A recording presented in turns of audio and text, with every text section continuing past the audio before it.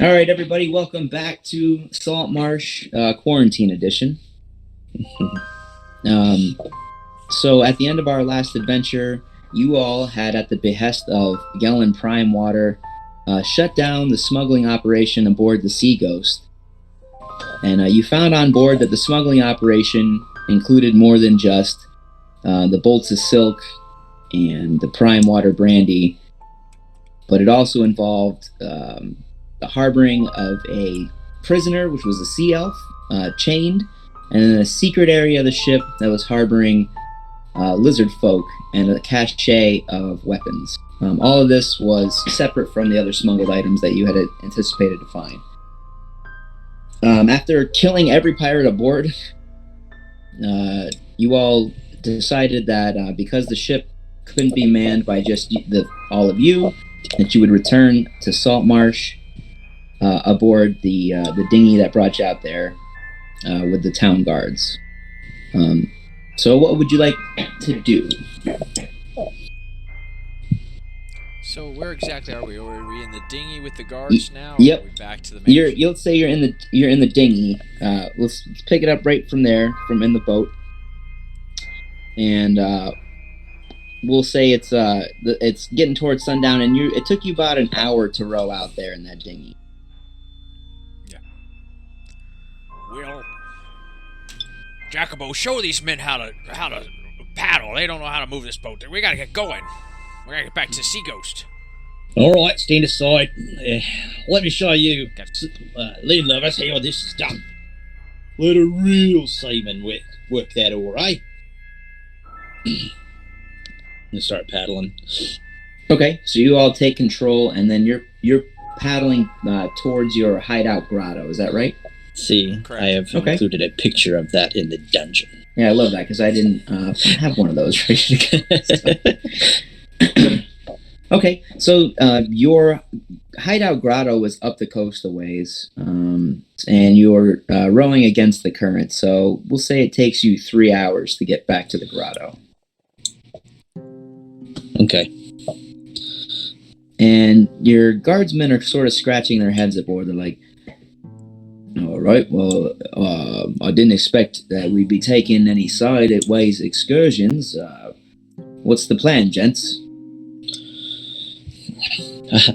I'll look around confused and I looked at Gilfin, and I'm like, what is the plan, mate? What do you call a sideways excursion? We went from the house to the boat. We're going back from the boat to the house. That's 2 ways. I assumed that you'd be returning to Mr. Primewater in Saltmarsh. We are. We're just gonna do it with a little panache. Go back to the house. Collect a few things. Or a collection of things, huh? Is this related to Mr. Primewater's stolen brandy? I didn't say anything about no stolen brandy. No, Mr. Primewater did. I could get a drink while we're at the house. Are you asking for a drink? Just ask a man for a drink. Don't pussyfoot around. I could have a drink with you. We can we'll help have you a load drink. it aboard, but we haven't got much room to bring it all back to Mr. Primewater. Better return to him. so- He'll send a cart and some men.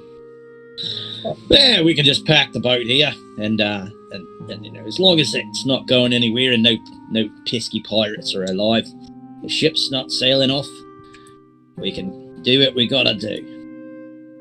We told Primewater we'd return his ale to him.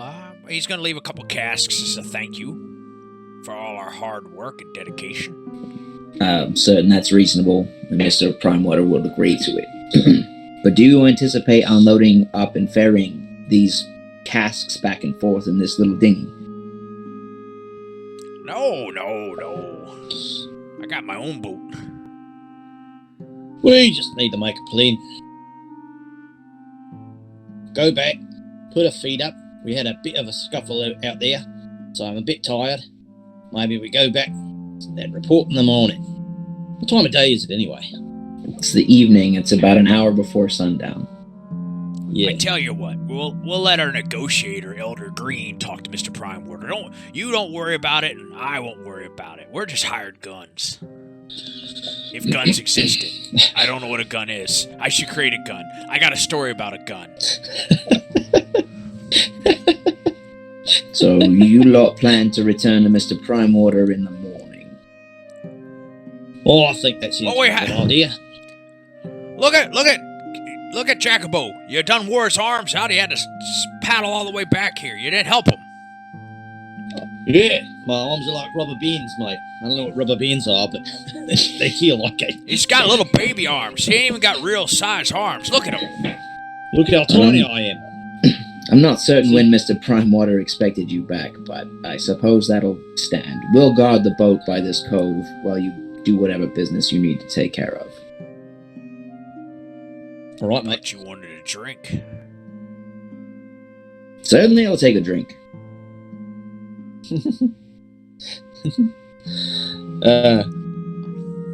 So are we back at the grotto now, or? Yep, you're back at the grotto. Try to get Elder Green's attention, get him put aside, because I'm sure at the grotto some of his acolytes are there.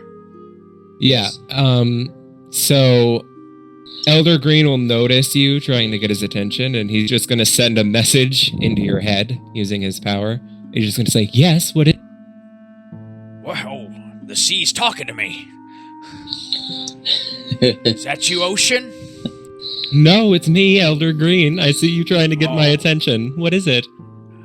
These guys, they didn't say 2 words to us when we went to the boat, and now they won't shut up. I don't trust them. I trust them. I think they're nice. Well, I don't know, maybe we can get a good rest in, and some of your lads can keep an eye just in case. Absolutely, they'll do what I ask. Yeah, I might be sleeping with one eye open tonight too, mate. What is our game plan anyway? I want that boat. You think Mr. Primewater's going to let us keep that ship? I don't think so, but it hardly matters to me. If Primewater's a smuggler, he's still going to want somebody to smuggle him, just not so on the nose. Maybe take the Primewater label off of the stuff. He's going to need strong men like us to keep the business going. Could be more money in it for all of us. Right, I'm a good shipsman. Yeah.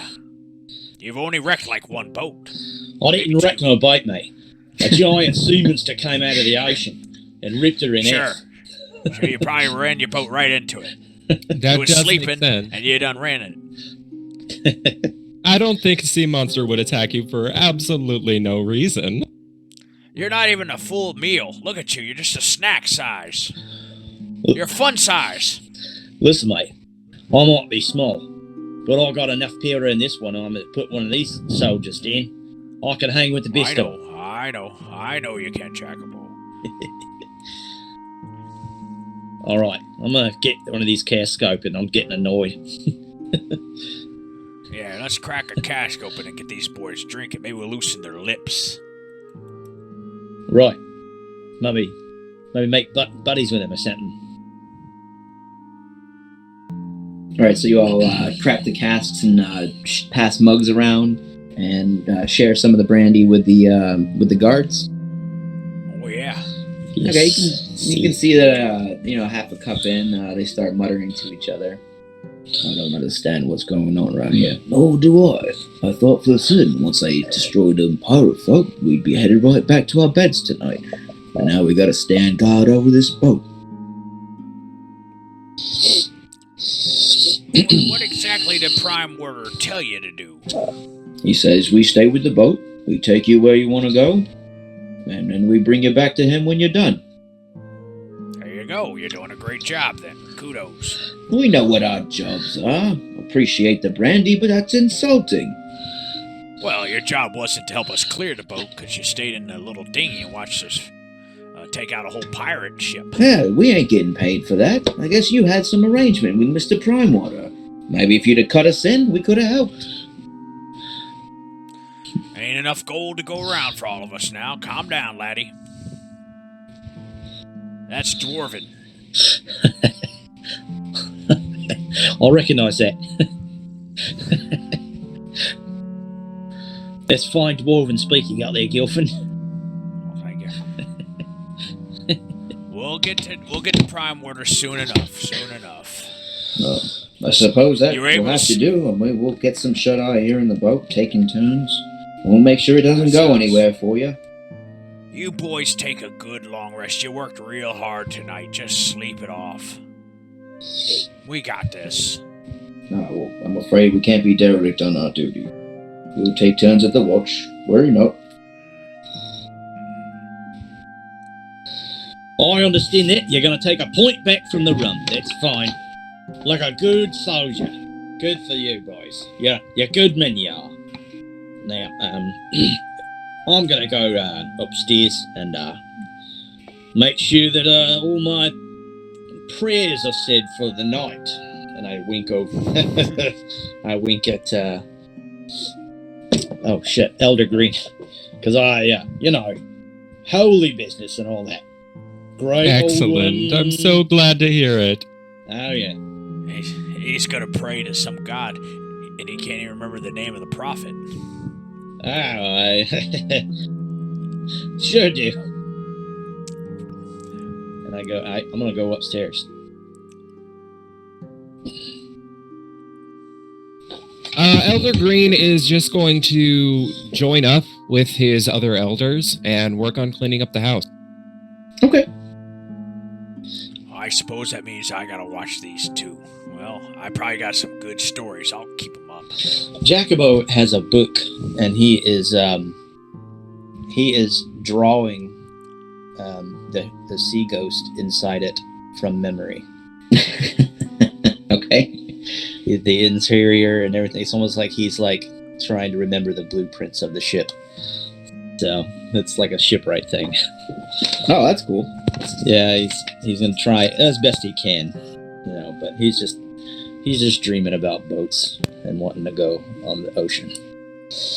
Anyway, but I would have poked down and helped Gilfin throughout the night, though. Okay. I'm not really sure. I'm going to speak out of character to you, Red. What is our end goal here? Are we trying to give these guys the slip and take the lizardmen somewhere? I can't remember exactly what we had decided we were going to do. I don't think we wanted to tell them about the lizardmen. Right. That on the down low. That's right. We wanted to take Elder Green's men back to the boat because it needs at least 4 people to man it, and there's only 3 of us. Right, okay, that's right. And then we were going to try and sail this shipment of weapons back to the lizard folk. That's right. And we would not be able to accomplish that, would we, with Prime Water knowing? Agreed. But Gilfin's not very trusting. He hasn't been trusting pretty much the whole game.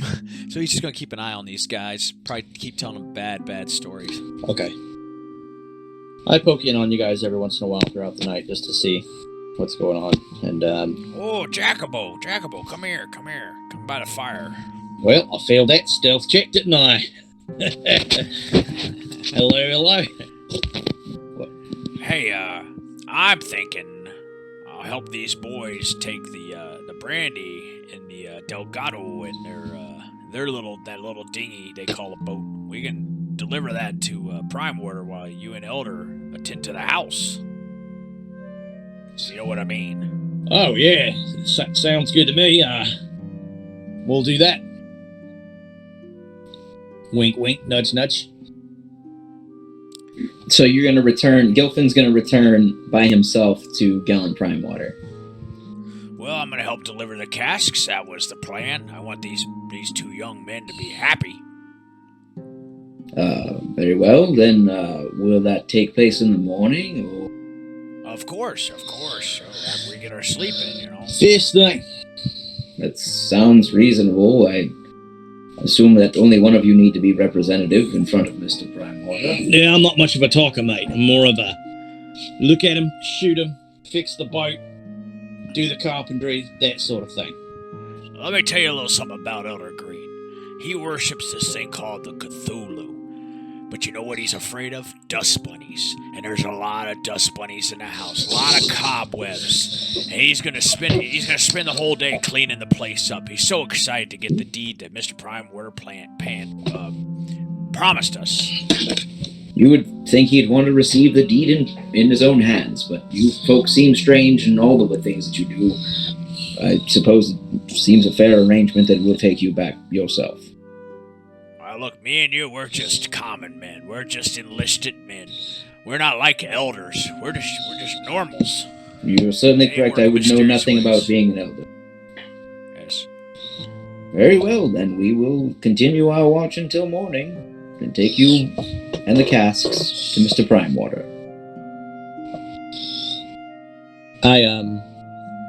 Jacobo throughout the night, or while you guys are sitting there talking, has a little dagger and a piece of wood, and he is going to try and carve a little wooden soldier. And he'll see if he can accomplish that by the morning.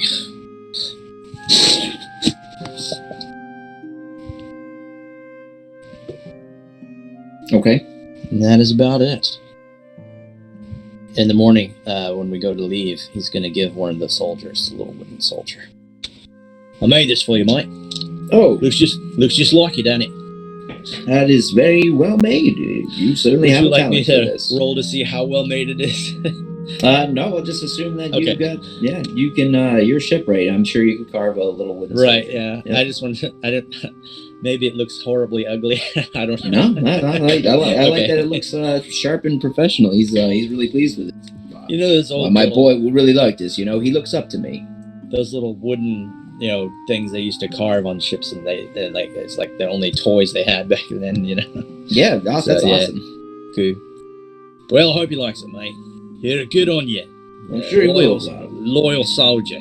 I didn't know what to expect from you lot. You know, Mr. Primewater is known to sort of shady businesses, but you all seem like good fellows. I'm an upstanding mate. Guilford, are you sure you don't want us to go with you to the town? I don't know if I like being left behind with Elder Green alone. Well, I mean, He and for, he and his mates last night. I don't know what the sound of that chanting is, but I heard some unwieldy sound effects coming out of their room. If you know what I mean. well, let's talk to Elder Green and see what he thinks. And we'll go and get Elder Green. What are you doing in the morning, Elder Green? What, tomorrow morning? No, right now we're coming to see. Oh, you. it is the morning. Okay. Yeah. Yeah. Of course. You slept so soundly you don't even know the date. I was just enjoying some breakfast. Raw fish. I thought I didn't smell bacon. Here are your two guardsmen. We're gonna. Do you think we should go with Gilfin to town and to Primewater? That sounds lovely. Primewater is a nice man. He's giving me this house. Now, those two guards are not with us right now, are they? Those are the No. guys that are on the We boat left with them by you. the I mean, boat. they're outside, right? Oh, Yeah. okay, sure, yeah. I don't know Well, where I'm you all asking. are. We want to get like a private moment, so Okay. the three of us. Can Yeah, so I mean, they could converse. be so the grotto Yeah. has that sort of inlet where the boat would Yeah. sort of be ashore, and they would not leave the boat. So if you went Yes. anywhere away from the boat, they would not follow. Well, I mean, Elder Green, Jacobo, you don't want our parrot to starve to death on the seagulls, do you? You know, our parrot. I could care Yeah. less. That bird is vile and it can die. Hey, don't you talk bad about my parrot. I want to keep that parrot. But there's maybe some money to be had with that parrot. You know, pieces of eight. Right. I don't know how we're going to get back to the boat. We got like 3 parrots aboard the boat. I know. I know what you mean, mate. I don't really have a good feeling about going to the lizard folk either. So, I don't know. I'm just going to follow your lead. I'll do what you Right. say, but we're going to have to go back with these soldiers. It's either that or you hit them over the head and dump them in the water, and I don't think they deserve that. You know, you leave a boat alone long enough, it makes its own mind up just to go ahead and get. We might lose the sea ghost forever. So just go out to sea on our own. Grow conscience. Yeah, you're right. I don't want to do that. I mean, well, I'll stay behind if you want me to. just a mundane task. We delivered a cask. What the worst could happen? The Prime Warder's gonna attack me in the city? He's getting what he wants. He could take you prisoner and murder you. But that's not that big a deal. And it's not the first time. Well, all right. But if I don't hear from you in, say, an hour, how long would it be for you to go and do that? That'd be 3 hours down the coast in that boat. Down to the coast to meet with him. Mm-hmm. And then they would be back in 3 hours. It was a half day. It was a half day's walk up to the house outside of town. Hey, Elder Green, how seafaring are your men? Because maybe the three of us go see Prime Warder, and you can send your boys. You know, not at all. Actually, they're just some, vagrants that I found around the town. They're the only ones willing to listen to my story. Well, you ever? They were very excited at the idea of having a house, you have to say. Well, I should have known. You meet only certain select people under a bridge. But what about a little OTJ, on-the-job training? Maybe it's time for them to get their sea legs underneath them. I will ask them to do so if you'd like. They'll get lost at sea.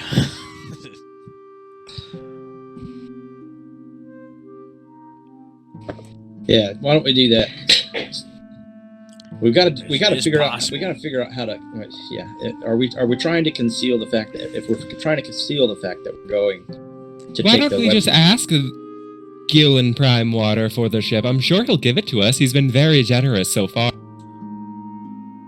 Well, you got me thinking, Elder Green. There's two possibilities here. A, Prime Warder wants to continue smuggling, but he sent us to kill all the smugglers. Or B, we're the last witnesses to his smuggling. And he ain't gonna want us around, because dead men don't tell no tales. I like that. Did you come up with that? I did. It's an original. You ought to write that one down, mate. I will. Well, listen, that makes me not want you to go on alone even more. So, let's send Elder Green's men down there to at least keep an eye on the boat and tell them to come running for us if anything goes wrong, and let's go together. I wonder if during the daytime the boat can be seen from the top of the house mansion. Remember when they used a lamp to signal? Perhaps if we can like from a widow's watch or something like that? Yeah, maybe we can get them just to watch the boat from afar, because I don't know, even though they're vagrants and replaceable, I don't want to go Each and killing every them one off. of my elders is irreplaceable to me, sir.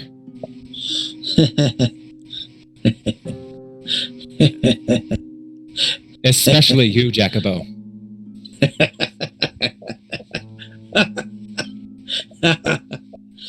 Next thing you know, I'll be keeping all his books in your room, Jacobo. I mean, you Watch can out. probably see the boat from there, right? I would say it's visible in the distance for anybody who wants to see it. So I'll keep it safe then. Keep them safe. Because, God knows if they don't fix the floors. it was fall through another one. So it does sit there out to anchor sometimes, waiting to be signaled. So part of where the choice for where it's anchored means that they wouldn't expect it to be seen for a certain number of days, possibly, but that they couldn't stay there forever either. So, All right. Well, let's be on our way, mates. We got to get this done. All right. We'll head out with these soldiers to go to Prime Water, and we'll leave Elder Green's acolytes to keep an eye on things. okay. And run and tell us if the ship up and scarf is off. All right, so you get back into the boat with the town guards and make your way in the morning back to Saltmarsh, right? See. All right. Right, All right, it's about a 3-hour journey, and in the morning. So as you arrive, you notice there's sort of a commotion around the docks area where the guardsmen are sort of pulling in. You notice that there are more Kingsmen sort of milling around the dock area. You see them in the king's livery. And there's also a mounted liveryman driving his horse around the docks, and he's wearing the livery of the king. So his horse and his banner and all that stuff are the king's livery. And that would be the symbols of the king's house. The loyalist. Right. He would be a loyal. All right. Now you see that he's got footmen in tow. He's got a squad of footmen behind him, and that there are footmen sort of milling around the dock area, walking in and out of warehouses, some of them holding manifests, so forth and so on. See, is there like a little scurrying child or person running around that could be like, "Oh, what's all the commotion?" You see a dock urchin, and you say, "Oh, that's Sir Gawain there. He showed up yesterday evening. He comes directly from the king. Placed Mr. Primewater in irons." Oh, good. Our problems are solved. I didn't sign your house over yet. That's okay. He's not going to come for it now. Sir Gawain I've got squatters' rights. Sir Gawain rides over and to where the footmen are coming, have rowed the boat up to the docks. And he says, "You there, men? Are you in Mr. Primewater's personal guard?" I'm a priest. So no. And the guardsman says, "I'll handle this." Yes, your lordship, we are. All right, come on up on out of there, and let's have a look at you. Are you the men that Mr. Primewater sent to shut down that smuggling operation? Me? Yeah. Smuggling operation? Sounds horrible. No, I don't know anything about that. All right, roll roll a deception check. Got it. Elder Green.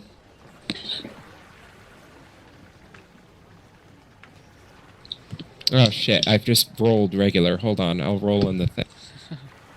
Oh, it doesn't matter. You can roll Anyway. regular. I'll go with your regular roll. Okay, I got a Or 17 and it's +3, so it's 20. Okay. That's why I didn't want to be like, oh, I rolled a 17. No, that's fine. But I'll roll Dirty in the 20. You have convinced him. Well, all right. Well, I didn't think it likely that there would be two such crews, but of course, Mr. Primewater was a deceptive fellow. Perhaps you lot can give me some assistance. Are you new to the area? You are traveling with Mr. Primewater's men. Is that who they are? I had no idea. Jesus Christ. Yes, these men are from Mr. Primewater's house. Apparently, he was involved in a smuggling operation and sent a crew of 3 sailors out to deal with his problems. We're actually very grateful to Mr. Primewater for shutting down the smuggling operation. We had released him from we're going to release him from his irons later in the day. It turns out he wasn't involved with them at all. Oh, well, yes, he did send us. Jacobo just stands there watching this whole thing with his eyes like really wide and his hands behind his back. You lot are all very strange and clearly highly skilled to have deceived me. Normally I can detect a lie. I understand your apprehension. I'll let you know that we intend to honor the deal that you have made for Mr. Primewater. We just didn't want to be carried off in shackles, mate. Certainly. It's not very often that we get spoken to by violent knights unless we're in trouble. You would do well to remember that the goods that pass through these ports are under the protection of King Scotty himself. Righto, yeah. I used to be in the service of the king myself on a ship that I had helped design and create for his navy.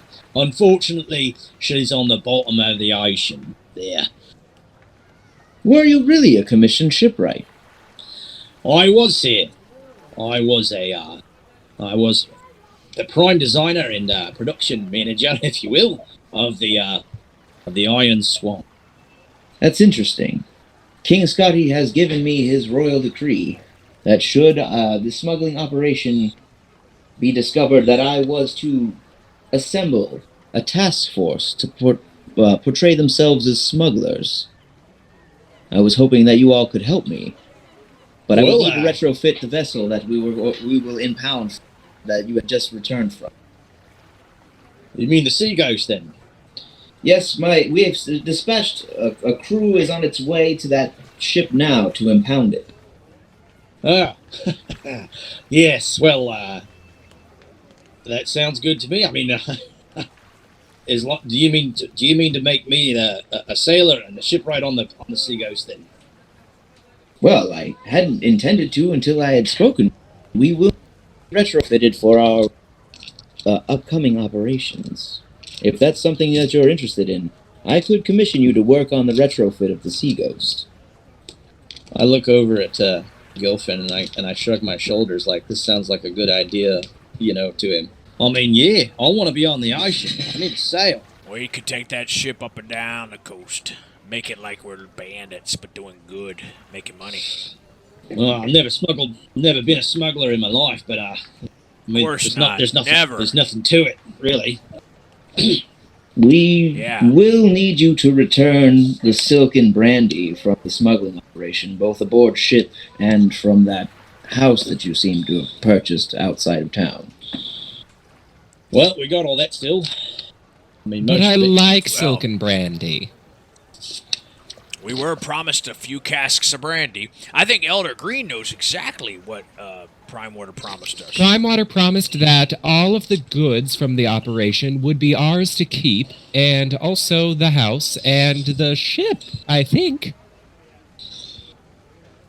We will pay you Mr. Prime Water's negotiated fee of 400 gold pieces for your mission. We'll also pay you 700 gold pieces for the brandy and silk. That's royal merchandise bearing His Majesty's seal, and it belongs to no one but him. That Prime Water tricked us. Gosh. We should always get a copy of the paperwork. You may keep the house. Mr. Prime Water, as an agent, he may give certain lands to His Majesty's subjects. Oh, I'm so happy to hear it. But I'm afraid the Sea Ghost will be impounded. That's fine by me. As long as I get to go back on her, I will honor this deal. I accept. The contract is yours, and keep in mind, we may have need of your services in the future. We'll have access to the boat. Oh, are you a sailing man? Yeah. Capable with a sword? Of course. Well, I can vouch for that. He plucked me out of the ocean. Yes, when she is restored, we will find a need for you among her. Yeah, we took out that whole pirate crew, just the three of us. That is true. That's impressive. Yeah, you can ask those two gentlemen. They didn't help at all. Who among you has seafarings? Well, me and Gilfin here. He's a fisherman by trade, but he's good with a blade. And I was a commissioned shipwright. I know how to make a boat run. Is that Captain Gilfin? Well, I mean, I try not to show off, but I'm sure I've been captain a couple of times in my life. And can you run a seagoing crew? Of course. I'll keep these details in mind. I've got a pretty good outline of the ship, the Sea Ghost, right here in my ship's right book, if you can see, and I'll show him like a rough drawing that I did of the ship. He goes, and I was trying to learn as much as I could about it while I was on there. I do those sort of things. This is fascinating that you've already begun. Yep, ships are my life. They're my passion. That and hunting. I'm afraid my services are not really equipped to run a ship or anything like that. I have no experience on the sea, but I think I could prove quite a useful cook if you'd like. I make a fantastic seagull stew. And yes, every crew needs a cook. Yes, so seagull. If you can work with seagull, that's a rare treat. Yeah. And Hard I to find gasp. a good cook that can work with seagulls. Yeah, I gasps and probably Gilfin does too. It's bad luck to even see this. This guy's going to get us killed. All right then. Well, you men, you may find that we will deliver the gold this afternoon to your residence, if that is a suitable arrangement. All right, sounds good. We'll Okay. go back to the house and wait for payment then, and word of work to be done. Looking forward to working for you, Your Majesty. Is that what I refer to you as? Your lordship will suffice. Your lordship. There you go. My name's Right. Jacobo Blackthorn. Well met, Jacopo. All right. All right. Well, boys. So he sort of rides away, and then you all are free to explore Saltmarsh. Well, boys. That crew's gonna be surprised when they get back to that boat to impound it. Yeah, that could be trouble. Yeah. I didn't feel good about those lizardmen anyway. Yeah, but we gave him our word. Man's word's got to count for something. Well, I know you gave them your word, mate. How are you gonna get back to the boat and honor it? We'd have to go steal it. Then we'd be enemies of the king, on the run. Pirates. As you're walking and talking, a giant frog leaps into your path and croaks. Well, look at that motherfucker. Oh my, aren't you a beautiful thing? Well, can I make a nature check to see if it's like a local creature that I might... Yeah. Okay. My. Oh, I have a halfling. I can re-roll natural ones once. I rolled a natural one. Oh, even better. I rolled a 4. So that's going to be a 8. 8, okay. Well, you don't recognize it specifically. Good God, mate. I've never seen a toad that big before. Well, here's the thing. It's a sign. Elder Green, this is what you should be making a stew out of. Don't be making seagull stew. We need toad stew. And as you say that, Gilfin, this guy kind of chases after out from an alley, and he says, "I think not, sir." We call dibs. Is Find he your own toad yours? stew. Yes, that's Beautiful. What's his name? his name is Loris, and we've been friends for a long time. And the frog sort of croaks. "Bleh, bleh." Is he your mount, mate? Do you ride around on him? No, he's just a friend. My name is Farron Calasar. I am from the Sea Grove of Obed High, outside of town. Well, mate. It's a market town and a meeting place. Can I pet your frog? Try to reach Certainly, he loves attention. up. I pat him on You'll the get warts. pat him on the head. There's just a superstition, mate. I've caught many frogs in my life. I didn't eat them Wait or till you have some anything. warts. Then I pet the frog. You appear to actually be just the folks I'm looking for. Word travels fast in Saltmarsh. I've heard about your exploit in town and at sea. What are you trying to find us for? You all have claimed the haunted mansion. Ways, have you not? Oh yeah, Elder Green here is running the house now. He's the lady of the house, if you will. Ah, well met, Elder Green. Well met. Elder is an interesting title that hasn't been heard around these parts for a long time. Well, those who are high-ranking in my congregation are called elders.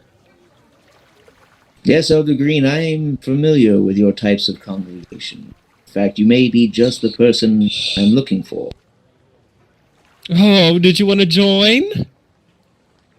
Maybe in some sort of way we are joined all. You see, I've just received word, Loris and I, from the elves outside in the Dreadwood. They keep watch upon the aberrant creatures that sometimes make their way from the forest. One of them appears to have escaped and is headed towards Saltmarsh. The elves have not the numbers to chase them themselves, and so they've sent a message to me to find able people in town who might aid them. Now, these aberrant creatures, what type of creature are they? The Dreadwood spits out all monstrosities. Bizarre, misshapen.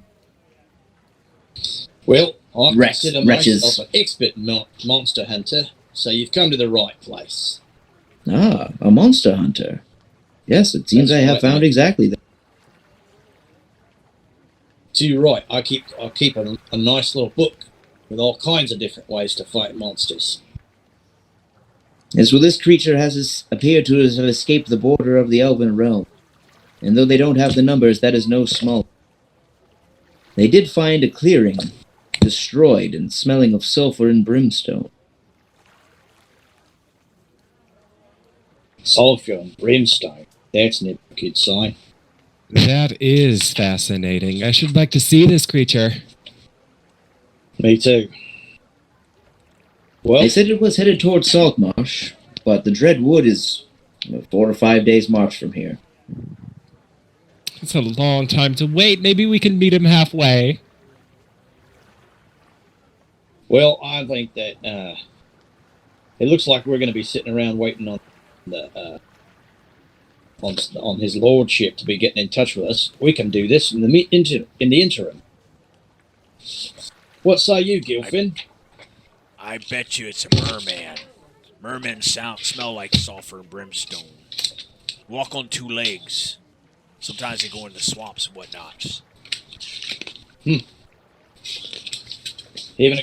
Haven't met one of those yet, mate. They're out there. But I do know this. I don't like evil monsters. And I don't like when they walk free about the earth, just making people's lives miserable and sinking their ships. So, I'm in. Ah, very well. I'm sure the elves will be most grateful. I know that they have been known to pay a bounty for the destruction of escaped creatures from the... Well, You good. said destruction? Yes, these creatures cannot be allowed to survive. Monsters. At least we don't have to carry anything back. Yes, perhaps if you could bring some sort of relic from... We'll know that it's destroyed. Or So you just- maybe we can come to an understanding and he won't have to be destroyed. Wouldn't that be nice? Yes. You've killed everything we've come across, Elder Green. Why stop now? I don't know. Maybe he's friendly. Elder, I had a feeling that you might say that you may try and... I would not be surprised if you returned with the creature. I would. I wouldn't. I've seen him in action. The Wild Flame Pact will pay a bounty. Very well. I'm into it. Well, I'm ready right now. Okay.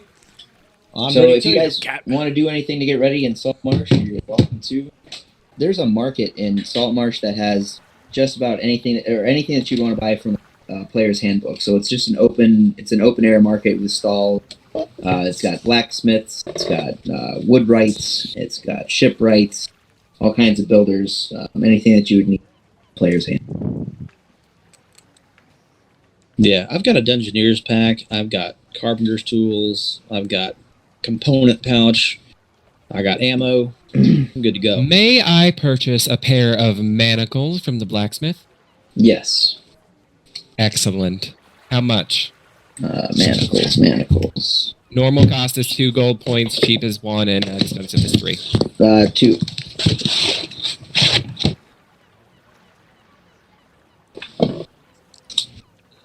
So, Gilfin, having hung out with these guys for basically just a day, Yeah. has almost been killed a few times. He's Okay. been tossed out of a window. All right.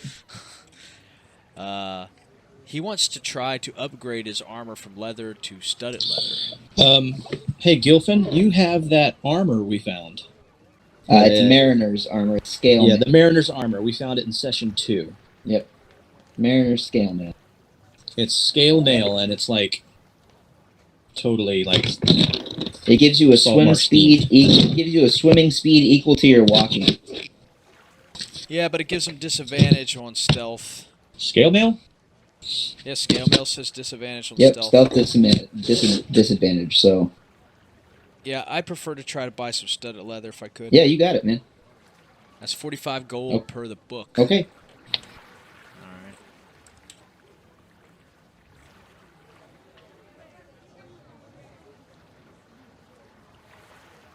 Well, we could sell the Mariner's armor. You could. You're not going to use it. Nah, I'm not going to use it. Just, I don't want to lose this. That or we keep it, so you might need to swim someday. Yeah, let's put a pin in that. Let's I don't have just put it in the magical bag of items for holding. sale chart. They Put it in have the a bag bag of holding. Let's put it in the bag of holding and keep it.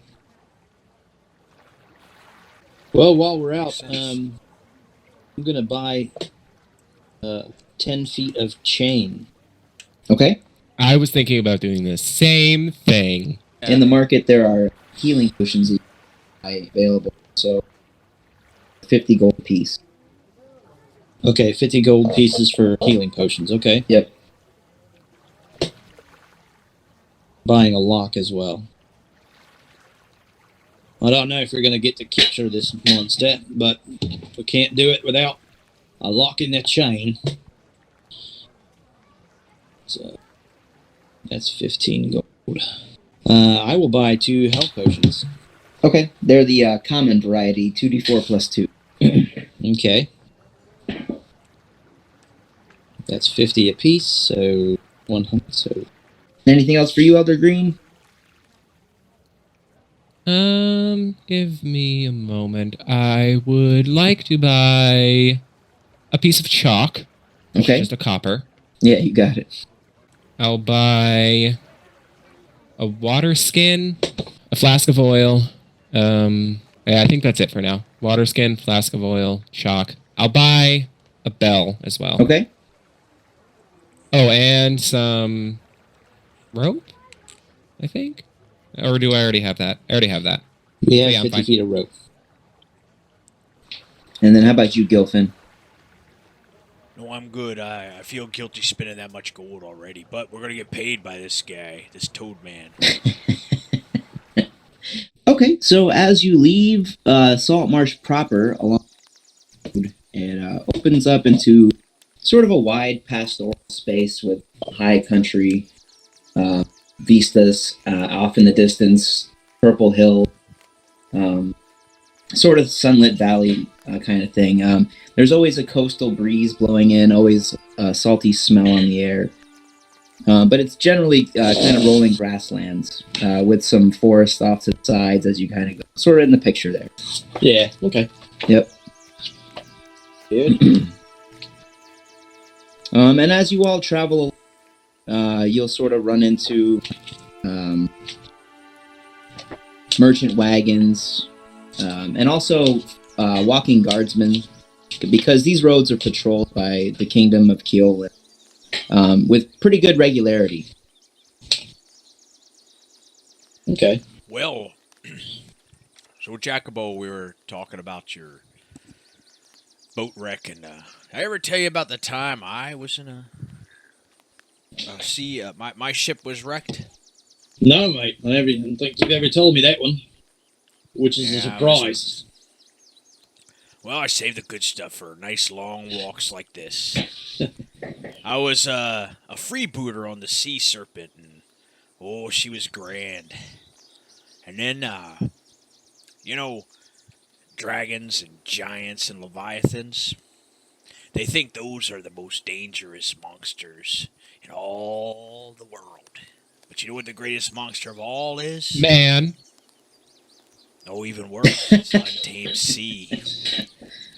Oh, It's yeah. Untamed Sea, Elder Green, because when you bring the wrath upon her, she She swelled up the skies, brought thunder and lightning and waves upon the sea serpent and just tore her asunder. She did it because the sailors aboard the sea serpent angered her. And that's probably what happened to you, Jacobo. You did something to anger the sea gods. Well, we didn't have any women on board, and we didn't eat any seagull. I can't imagine. I eat seagulls all the time, and I've never been shipwrecked. Not once. That's gonna get you killed, buddy. You know why she wrecked the sea serpent? Because the boys aboard the ship sang out a tune. Sometimes that's all it takes. Oh, mate, I never heard that one. Maybe I did that. Probably. Let's just say, I was the only survivor of that wreck. I did not know that about you. I thought I was the only one been in a shipwreck before. No good-looking man came along and took me out of the water. I had to survive on my own, lost at sea. That's crazy, mate.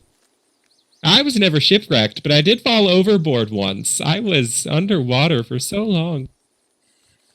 But Really? that is how I found my god, so it all turned out for the best. Wait, you were on a boat and you fell off it? Yeah. What happened to you then? He angered the sea gods is what he did. That is when I finally made full connection with my god and connected in a true way. He spoke directly to me, and it was just so incomprehensible. I loved It's, Did he introduce himself? Did he pull you out of the water, kind of like I did Jacobo, or? No, I was presented with, finally, I understood what he had been trying to tell me through dreams for years. I saw his wonderfully horrifying visage, and I woke up on the shore of Saltmarsh days later. Maybe days, I don't know. Well, the sea does talk to you. Maybe Yes. the sea has a little Cthulhu voice. it sounds to me like the sea has put all three of us kind of where we are today. Oh, no, I was trapped on an island for a long time. Long time. Well, I mean to say that the sea has taught all three of us lifelong lessons that have shaped who we are. It's not the sea that teaches those lessons, but those who speak from its depths. I don't know where you come up with this stuff, mate. He tells me. Yeah, you're quite the tall tale teller. Between the two of you, I don't ever have to say a word. So as you guys pass the day on, everybody go ahead and roll a survival check to see if you have found any trace of the escape creature. Okay. This is not a swampy land. This is more grasslands, right? So. That's just 14. Survival. I don't have any positives. That is Surprisingly, Elder Green is not very wise. He still did better than me. 11. Okay. You guys don't find any trace of any kind of as you make your way sort of zigzagging across the road, here and there into the wilderness. Nothing unusual comes of interest, and you reach the end of the day sort of in like a little pastoral farm town, just a little collection of huts, each with a pasture and some farm animals. A little cart traffic in and out that seems to be going to and from town.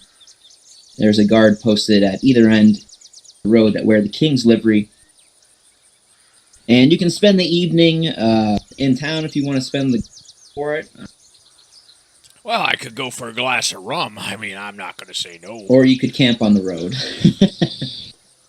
No, I like taverns as much as I like camping. There's no love tavern. camping. It's just farmhouses. It's just farmhouses and windmills. You would be staying with a family if you wanted to stay somewhere in town. Oh. How do these people get the edge off? What are they going to do when all the bars are closed? This makes no sense. They're just going to stay in their houses? They would offer. They're going to go crazy. They would offer you rum from private stock, but you would pay them for boarding. Or They'd have- maybe they'll they'd have shelter you- me because they share my faith. They won't. Nobody shares my faith. That's why I'm out here. I'm not sure those blokes back at the house share your faith either, mate. I think they just need a place to stay. How dare you? Oh. Where would you guys like to stay? Would you like to camp or find boarding in town? I don't have the money to spend. I gotta keep my money. It's for my daughters and me wife. Okay. I love camping, to look out among the stars into the infinite galaxy. It's just makes me feel that much closer to my God. That's strange. It makes me want to pay to stay in that room now. Well, you all camp on the road, and the night passes uneventfully. And then you kind of begin your search the next day. You guys can take your time and roleplay again, or you can roll your check Survival check. to look for tracks. I am just really caught up in communing with my gods today. I'm just talking to them constantly. I haven't been paying much attention. I'm really foraging around looking for tracks and Jacobo's all over with that. trying- 18. Yeah, Trying to meanwhile, read. I'm just laying on the ground with my eyes closed, just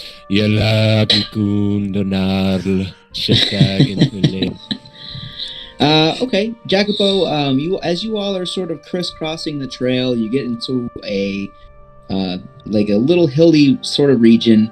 You're sort of passing between uplands, both to the left and right, and the wind passing through this valley sort of carries that scent of brimstone. And because you're so attuned to it, you know it blew directly from the north, and that you've still got about a day's march until you reach the origin of the scent. Why, mate, I'm getting a hint of brimstone on the wind here. It seems to be You coming. lighting any of those candles, Elder Green? I was just about to, actually, but I haven't yet. Nah, it's coming out of the north, straight from up ahead there, through those mountain tops there, hilltops. Probably Well, let's follow it. the Pope. Elder Green, what do you know about this here brimstone and demons and stuff, and monstrosities that wizard was talking about? Well, what I know is that aberrant creatures are those who are without comprehension. They are deformed, disfigured, and gorgeous things that are from another realm or another plane of existence, even. But the Elder Green, brimstone... you can roll you can roll an Arcana or religion check for more information, whichever is Okay, higher. I will. Okay. I don't want to, because I don't know. Sorry, I don't want to interrupt your riff. Oh no, what did I do wrong? Oh no, there it goes. Yeah, 5 and 2 Arcana. I add 3, so it's 8.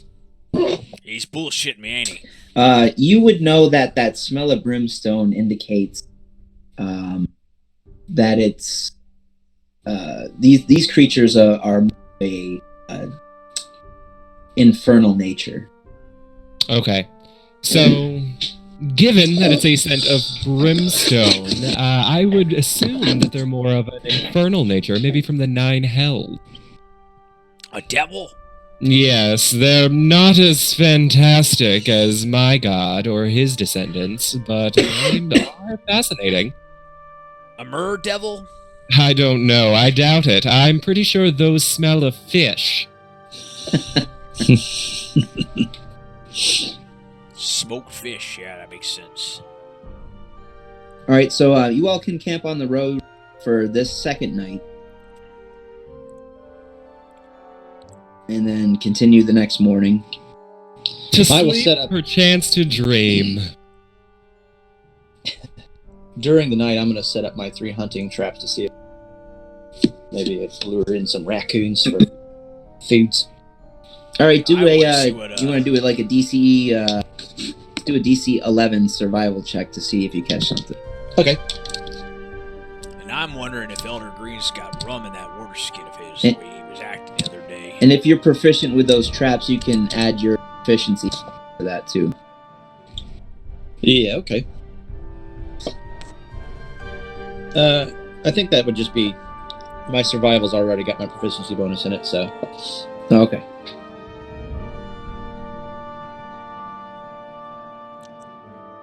Yeah. Yeah. Okay. So you can't put a space there, I don't think. It's because it's a capital no R. capital R. Yeah, that's what it was. Capital R. Arr. Arr. Gilfin, what is a pirate's favorite letter? P. No, you Pirate. would think that it would be R, but a pirate's true love is the C. What you got in that water skin? Oh, it's empty You right now. got some of that rum, don't you? No, it's empty. Holding out on us. Yeah, so Jacobo, you're able to easily forage for whatever you want. You can find Yeah, that's a pretty good. small stream to refill all your water skins. You catch a brace of conies. I might look out for some breakfast here. I'll be, and I'll herbs be and like- seasoning, wild carrots and stuff like that. Yeah, I'm like making Yeah. a little stew in the morning for these boys. My dad taught me how to make this. It's a nice trail dinner. Hey, you got any potatoes? I wasn't able to find those spuds, mate. But this will be good. Got these wild carrots here. Just put it in a little water, boil it, make a nice little boil this meat up. It'll come right off the bone for you. Well, I'm not a big fan of vegetables, but I'll try anything once. Or twice. Just put hair on It the really chest, is. I'll just keep trying it until it works. And so your second night passes uneventfully, and on to the next morning you have that coney breakfast and sort of get underway again. And then as you travel, again zigzagging the road, that scent of brimstone becomes more and more clear. And the air around you seems to become hazier and hazier. It's sort of got an earthy taste to it. And it's got sort of a yellow hazy tinge clouding your vision. I miss the sea. I don't like this. This land-loving stuff. And you sort of come across a part of the woods to the side of the road that's got some stone markers. And you said that the smell of brimstone is getting stronger. We Stronger. can taste earth, and there's yellow? Yeah, yellow sort of haze in the air. This haze is reminding me of Hastur, the king in yellow. He's another of my god. Can we do another check together? I am a monster slayer, and it says here that I am trained in supernatural techniques to overcome monsters, such as like magical threats.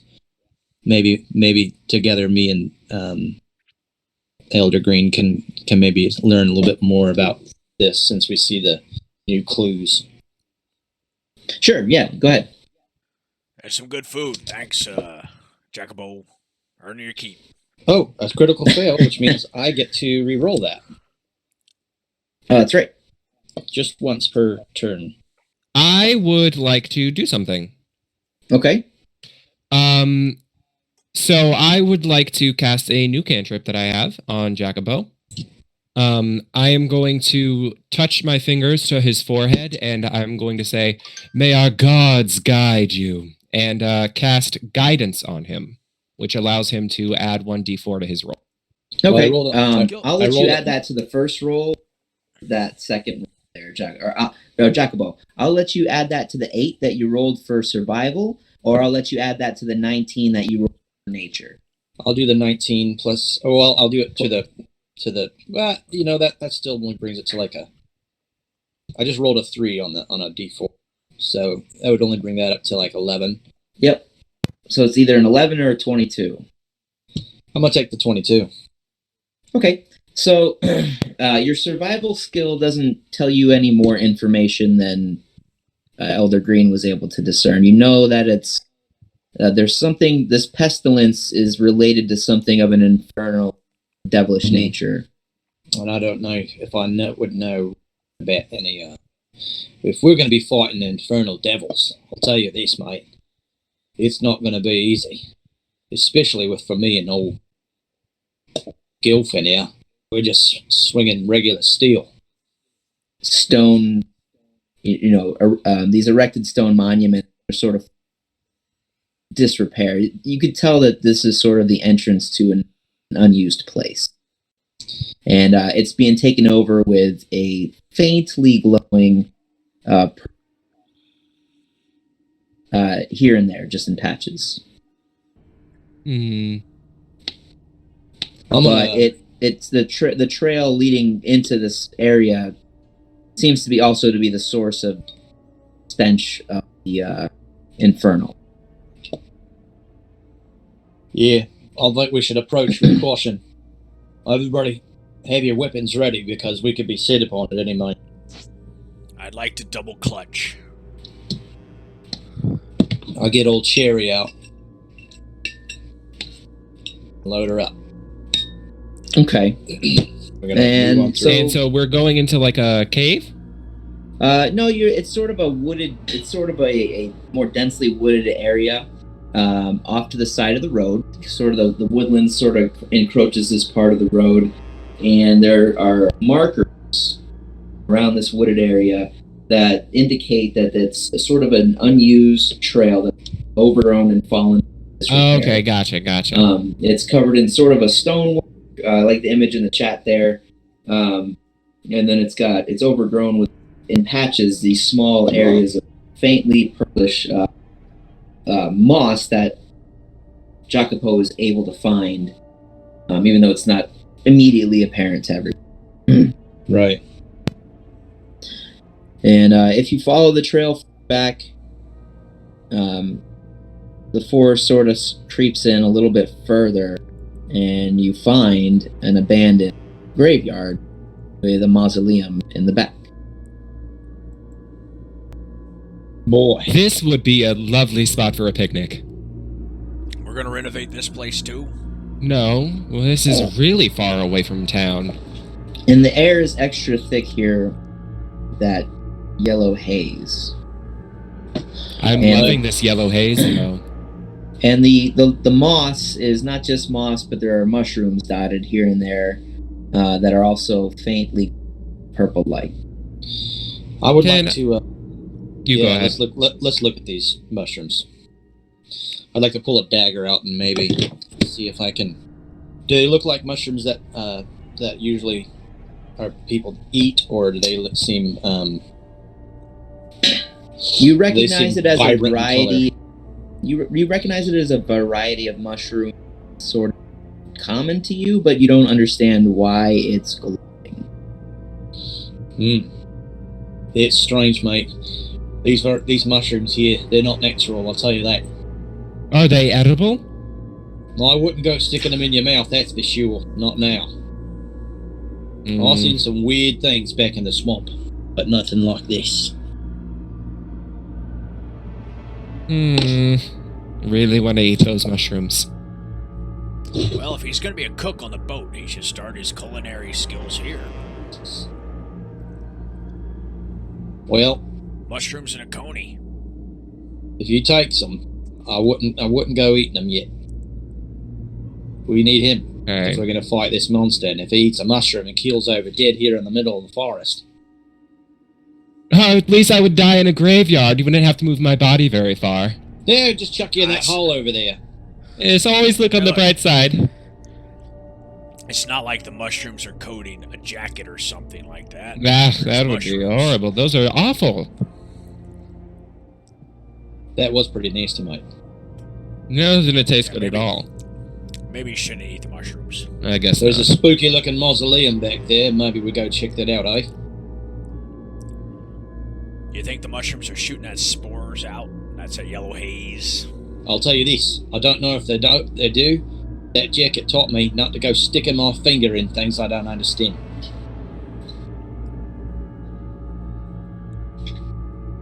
Okay. Right. So you all enter the mausoleum? I'm going to go towards the mausoleum. Peer in the door. All right. You peer into it, and it looks like a unused, long forgotten mausoleum for a wealthier family. But it's clearly fallen into just as bad a disrepair as the outside. Animals used it to live in. It's very untidy. Does it look go like... ahead and roll a survival check. Okay. Um, Hang on, let me minimize the picture real quick. I made it bigger. okay.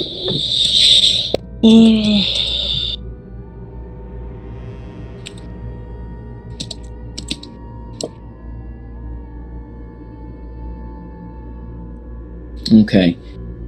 That didn't work. Yeah, it did. Oh, okay. I see. Yeah. You notice there are tracks leading from the entrance to the left. So the bottom of the picture. Okay. And that's sort of a platform that peers over into the rest of the crypt. Where are we at on that picture? You would be coming in from the right side. That's the entrance. The right side, bottom right? No, just the right side, the direct middle right. Oh, okay. So that orange is like daylight. Oh, And- okay. Very good. I see. Yep. All right. And so I saw tracks leading down to the left? You saw tracks, so if you walk in from the right, then your left would be the bottom of the picture. Right. And you would see that the tracks sort of dead end there as if somebody was... But they don't face into the mausoleum. They face to the map. Face where? Towards the bottom of the map. Wall. Aha, so they can head south from that area. Yep. Look, there. Looks like they've got tracks going deep into this mausoleum here. You want to take point, Gilfin, and I'll keep this crossbow trained and cover you. All right, but this seems like an ill-fated place. Dead's walking, maybe. Now We the got a floor is covered in mud and grime, so you can see the prints in there. But the floor, what's on the floor is not. It's all How do overgrown. the prints look? Hey, are they shoes or are they toes? Boot prints. Yeah. Well, this doesn't look aberrant at all. A demon that wears shoes. Dangerous. Probably wears pants too. I would hope so. Is there plenty of light, and when we head through? There's enough light to see inside from the outside. Lights the inside of the mausoleum enough to see. Anybody can see it. Everything inside. Okay. You can see that it's dirty. You can see that there's some foot traffic. You can see that it hasn't been disturbed, sort of in the actual mausoleum itself. Who wants to go first then? Should we check the traps? Think they trapped this old mausoleum? Well, I don't know. Really don't know. To tell the truth, this is a weird thing. I expected to see big monster footprints, not boot prints. So That means it could be a man. yeah. Well, let's just proceed with caution then, eh? All right, we'll move slowly. I will take the lead. You got your cherry behind me, and Elder Green's got his skills behind you. So where are you going? We're gonna follow the footprints. Yes. The footprints dead end in front of that wall. Oh, there's no hole. There's that. So this is it. That's it. Right, that's it. Okay. Let's So they check just- the wall then. Yeah. Look at that. They just stopped right here. There's no way to go from there. Check the wall. Poke it. Then maybe there's a loose brick or something. Maybe this thing that we're following can walk. Whole thing? Can do what? Walk through walls. Yeah. Or he stopped right here and then he flew away. An invisible demon man that wears boots. It's making more sense now. Let's go down and look at this mausoleum. Maybe there's some clues down there. We'll go down into the mausoleum. Okay, yeah, you hop off that little ledge there, deeper into the mausoleum, and you can see that no tracks from up top have come into this area. It hasn't been disturbed. There's cobwebs strung that have been disused by the spiders that spun them. Mm-hmm. Let the dead rest, Jacobo. Let the dead rest. I'm not going to touch any dead people, but I'll just make sure there are no tracks down here either. It seems to be unmolested. This demon man came in, and he somehow stopped tracking prints. I'm going to light a little torch and see if I can make out any kind of clues or anything around. Any secret levers, or anything like that. Okay. You can. I'd like to help him as best I can. Yeah, you guys can use the help action and do an investigation check. All right, Jacobo, you got the advantage.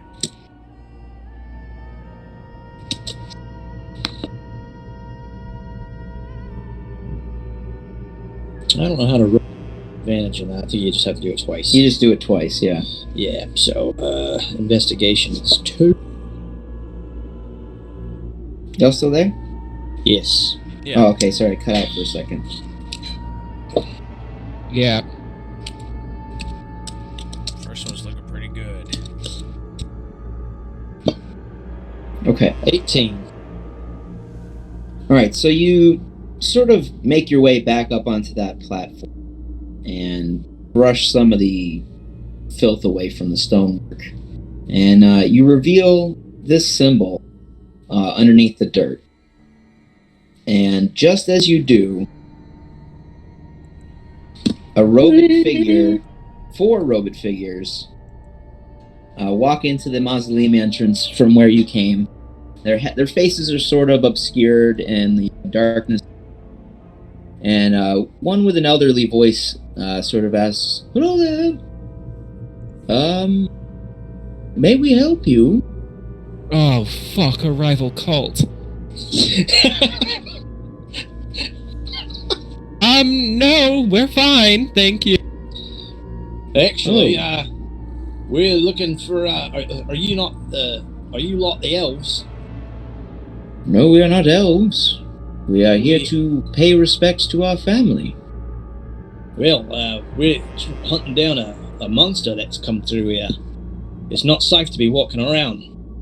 A monster? I assure you there are no here. We've been visiting our family gravesite for days. Don't you smell that brimstone on the air, mate? Yes, a few days ago, I believe there were some rangers burning the wood for a fire ditch. Mate, that smell's coming from a monster. I assure you it is leaves. The rangers have been at it for days. They wouldn't have wired us. Go ahead and roll a what's your passive perception, Chad? Jacob. Passive perception is going to be 14. Mine is 12. And mine is 13. Yeah, you guys don't find anything deceptive. Okay. So, Elder Green being, deceptive himself and, You don't lying frequently and knowing the kind of things cults get down to and assuming that they're a rival cult, having seen the symbol on the ground and all of them with the matching outfits. Can I roll an insight check to see if I can kind of ascertain whether or not they're telling the truth? There wasn't a lot of fashion back then. I mean, come on, robes are in style. Yeah, okay. You can roll an insight check, and its DC is 10.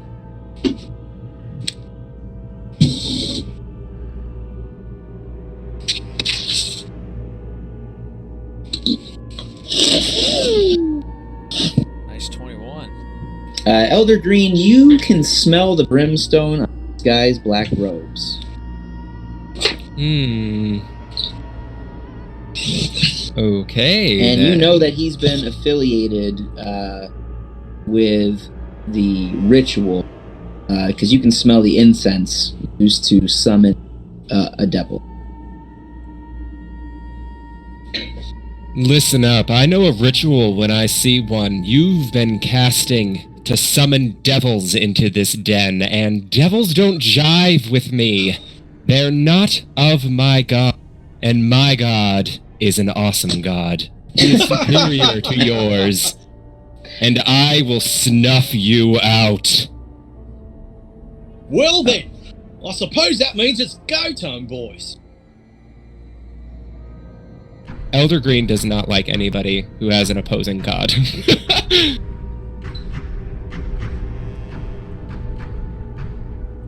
Okay, you all can roll initiative. Yay! I gotta get back up to my chair. I assume we're gonna use Sit regular on the dice. floor or something? 3.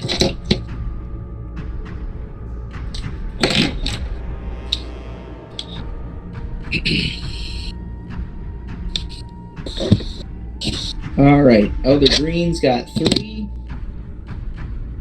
Jacopo, what you got? Hang on, did you want our initiatives done manually or on the screen? However is convenient for you. I'm just gonna roll it. It's 16 plus. Oh my god, dirty 20. All right, and you all can decide which one of you will go first. Well, you should go first, Jacopo, so you can hit him with that cherry. Okay. See how they react. What would you describe to us about how we're situated, DM, and we'll kind of get an idea? Yes, give me 1 second.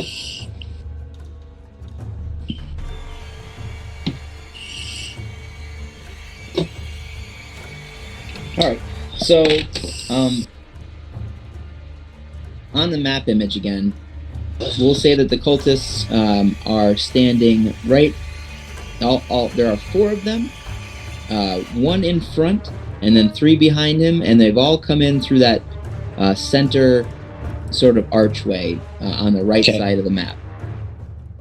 So they're all clustered right there. You guys tell me where you are in the map.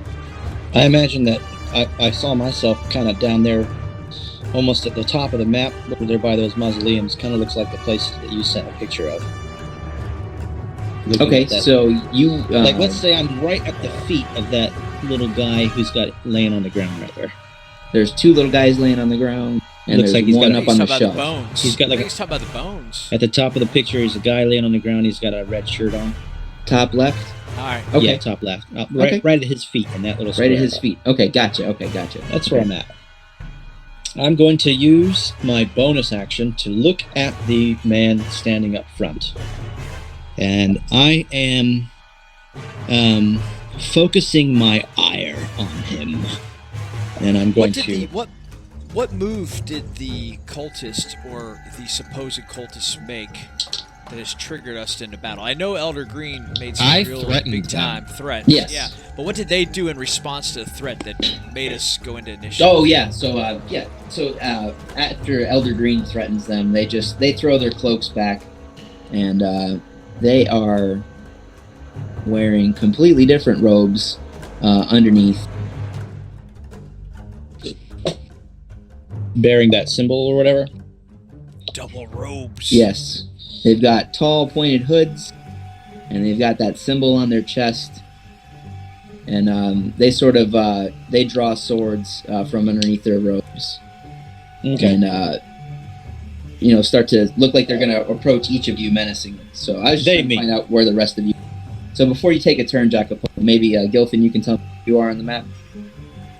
I would be, since I was helping Jacopo, I'd be next to him. Okay, you're next to him there by that red. So put me on the other side where the T-shirt is. If he's by the feet of that guy in red, I'm in you're by on the T-shirt. and then Elder Green. How about you?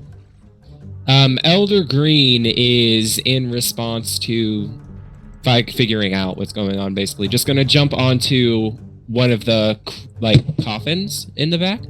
Just gonna jump on top of it to get the middle one. The middle one, okay. To get a Perfect. good vantage point where he can shoot at them, basically. All right, you got it. So, okay, so Jacopo, you actually do get the first turn, so you can start. Okay. I am using my bonus action to focus my eye on middle guy. It's a new feature I have.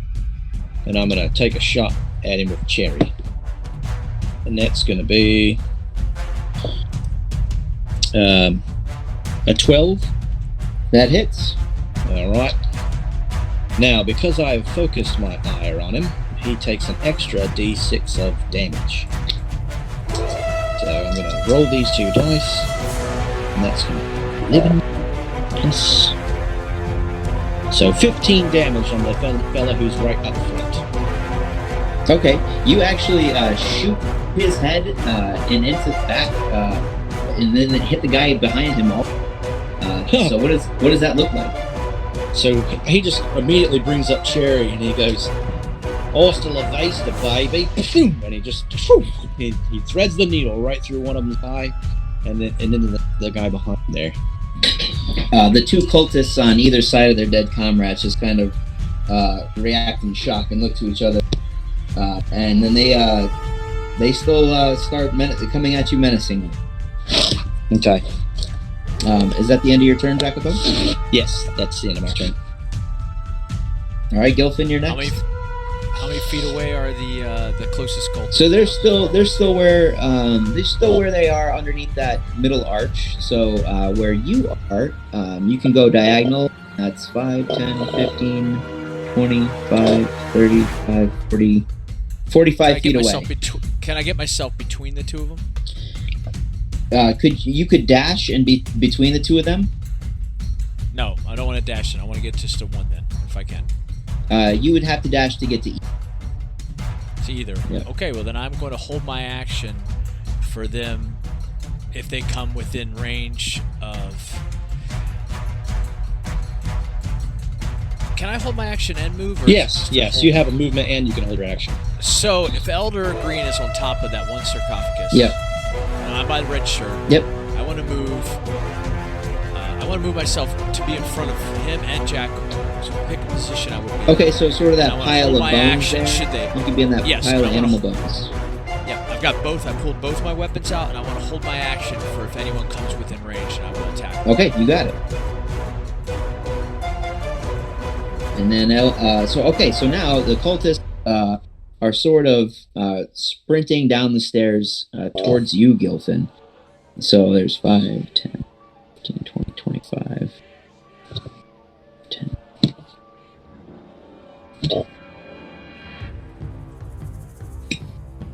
All right, so one of them leaps over the ledge and onto the ground and is to your right, and the other one runs down the stairs and faces off against you to your left, Jacopo. And Okay. they both draw a menacing from underneath their robe and slash at you. Okay? So they got past me. They didn't get past you, they got in front of you. So you can use your attack now. One's in front, one's to your left and one's to your right. So you can make your attack against either one of them first. They're both in range. All right, then I'm going to go ahead and attack. Which one? The one to your left or the one to your right? Whichever one is closest to my comrades. One's closer to Elder Green and one's closer to Jacopo, and they're equally distant. All right, let's do Elder Green then. Okay. So that's the one to your right. Okay, attacking the one to the right. All right. So I rolled a 15. That hits. That's with my rapier. Yep. So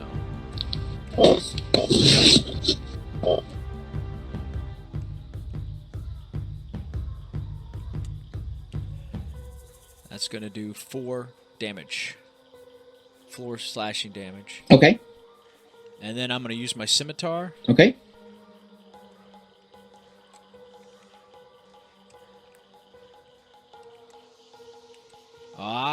Oh, I didn't have to write the D, did I? Huh, look at that.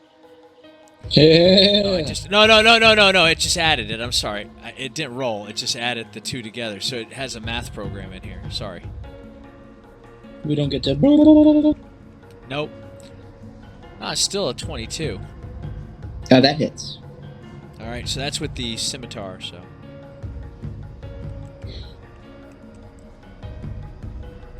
I'll get used to these keys, I promise. Oh, no worries. That's gonna do 6 point slashing damage. All right, so he One to the jumps right. down the rail and sort of is running towards you and with his sword over his head.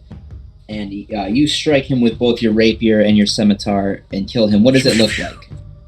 Oh, well, I just sliced it. The rapier comes down on his shoulder while the scimitar just kind of comes up underneath his rib cage. Kind of just, the two almost meet together, the blades. So you pierce him through one shoulder and then put your scimitar through his ribs. Yeah, it slices through the ribs so the blades almost touch each other. And he dies on the end of both of your sword. Good. The other cultist, though, is attacking you from your left as you stab his... Alright. His sword comes down. We're looking for a 16. Alright, it's an 18 to hit. Alright, that hits. And he does... I'm gonna roll for damage. No, I'm not gonna. He does 4 damage. Alright. I'm just gonna use standard damage for all monster hits. Sounds good. Alright, so the cultist, he stabs you, and then that's the end of his turn. Elder Green? Dirty backstabber. Okay, so there is the one that was speaking to us. Is he still up top? No, he was one of the first to go down. So the one that was speaking to you guys took an arrow through his skull, and it went past through and hit the guy behind him. He was flanked to the left and right.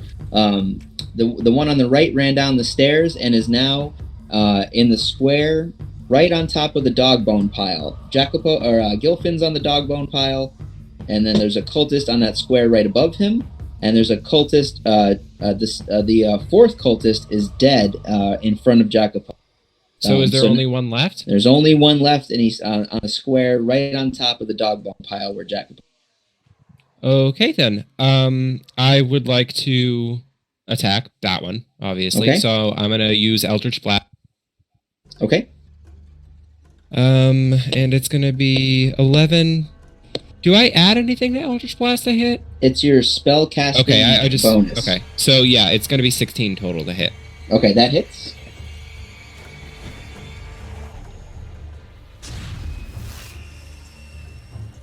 You guys and your digital dice. I got my dice tray next to me. Right, and then I add a 3 to that because of my new feature, and so it's going to be 11 damage. What does it look like? All right, so he's dead? He's dead. All right, then. I am going to wave my arms around, conjuring up a streak of green energy that shoots toward the cultist, striking him in the chest. And as he dies, I would like to use my my feature, where I can telepathically communicate, to say that once my god emerges, all of yours will cower in fear. And then, the blast just envelops him, and he dissipates into cinders. Hooray. And the cinders get on my new studded leather armor. Hey, now wait a second. And I'm just brushing it off. Come on. So the cultists are all dead, and you are all still in the mausoleum. But you have revealed this symbol underneath some of the grime that's been caked around the walls. This looks like this is your Okay. kind of Using my knowledge of religion, can Yes. I maybe see if I can ascertain what this ritual, how this ritual works, or what it was meant to achieve? You can roll to decipher the symbol. Should I use religion? Yeah, you can use religion or arcana, either one. Okay, well, both of them are +3, so it doesn't matter. Is one a wisdom and one a int skill? They're both intelligence. They're both in. Okay, so I'll just so you get the same information either way then. Dirty 20.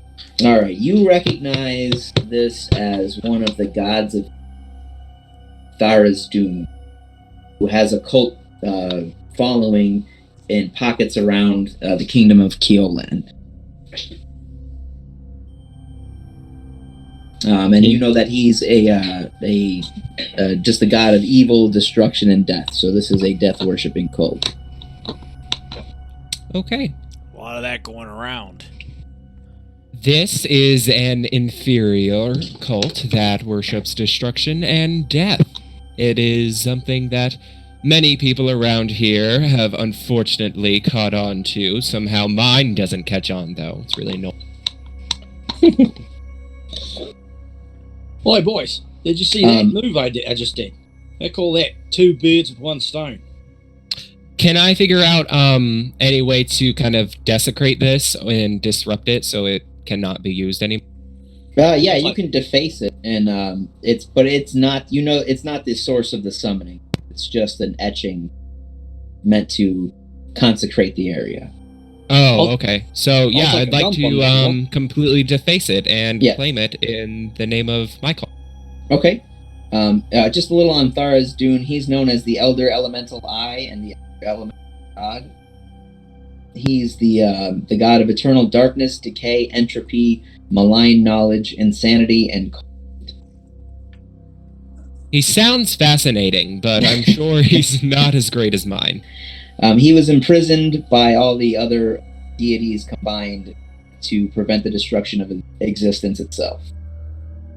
Huh. Well, that's not good.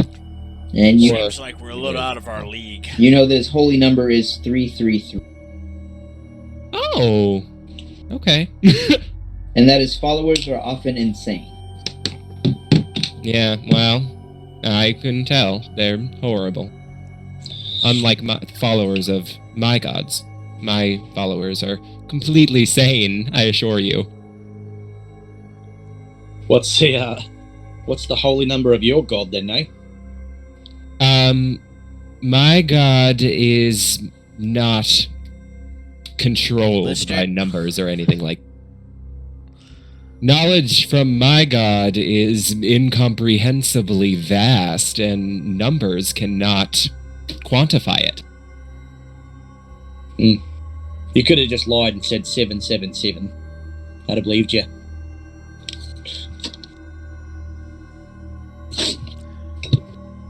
So, what you're telling me, Elder Green, is this is a creature that could destroy all of us?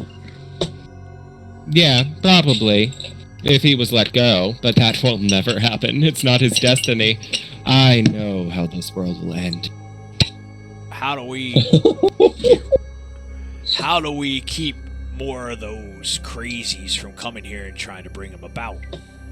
By killing them, of course. It was really easy, wasn't it?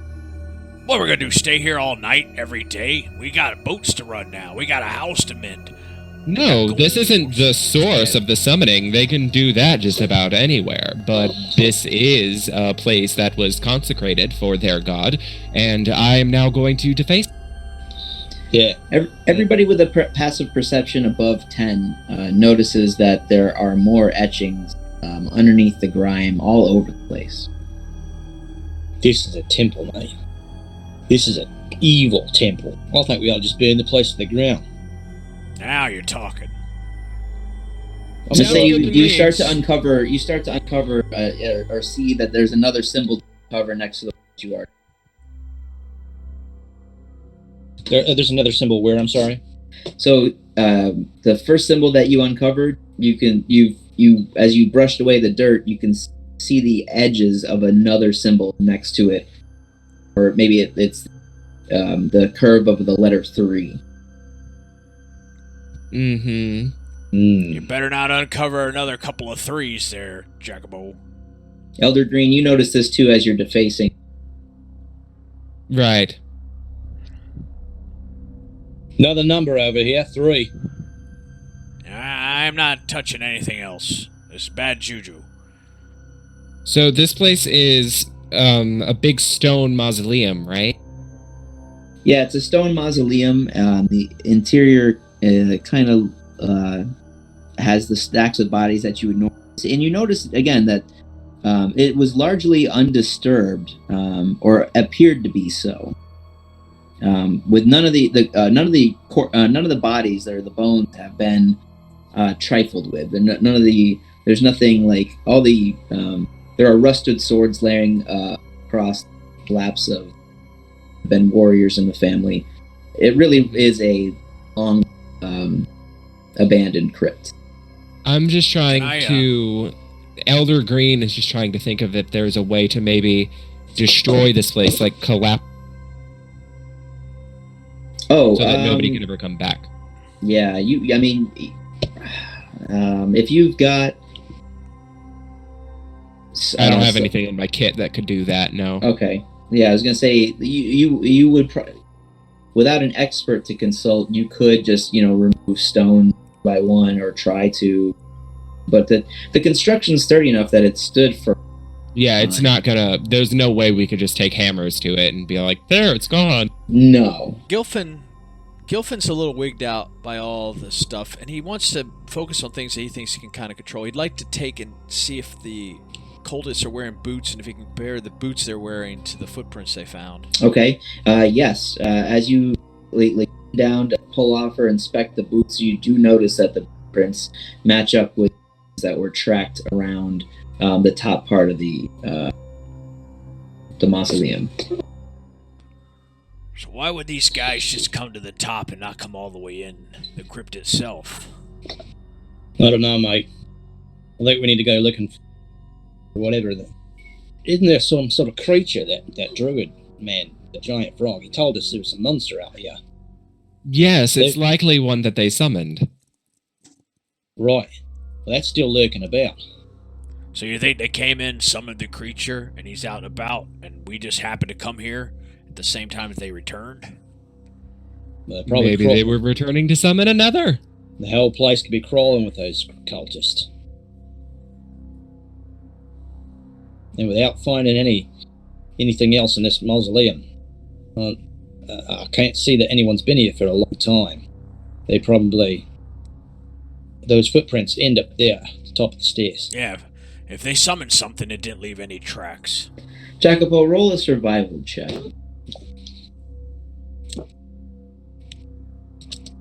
Shit.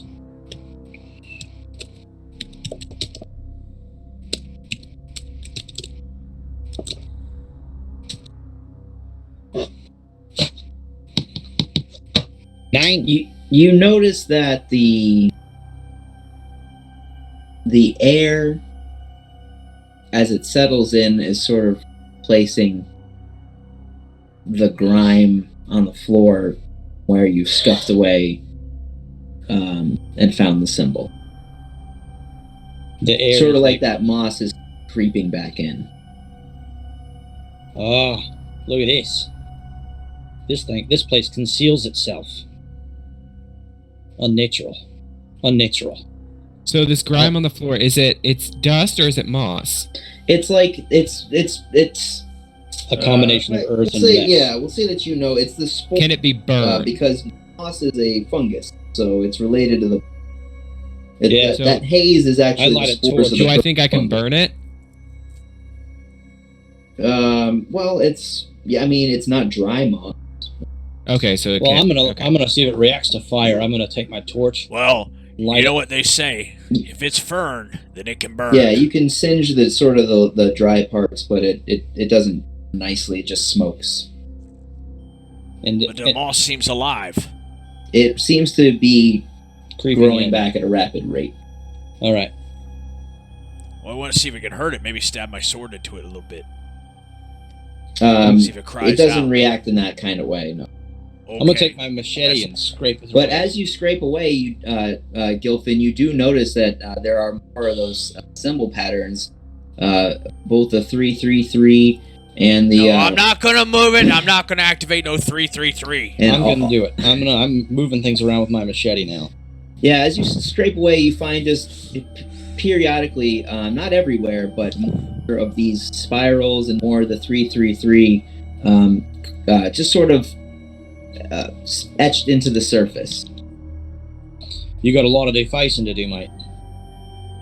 I'm just uncovering these symbols and telling Elder Green he needs to deface these. So as you sort of make your way around on the well-tracked area, you uncover a different set of symbols. All right. Look at this. These are different. So the tracks where they dead end, 666. the tracks that dead end into the wall there, you see a different sort of symbols carved onto the floor and on the wall. These symbols are not like the others. Look, they're different. Right here where the footprints end. And what do these look like? So, at the bottom of the map there, where those four squares are, facing towards the bottom, where the footprints were facing, on the wall, there is a script in Infernal. Can't bleeding read Infernal. I don't even know what Infernal is, mate. Maybe we should check these guys' bodies, see if they have any kind of journals or something on them that could help us. And on the floor, there are 3 symbols. One is of a bear, one is of a crown, and one is of a sickle.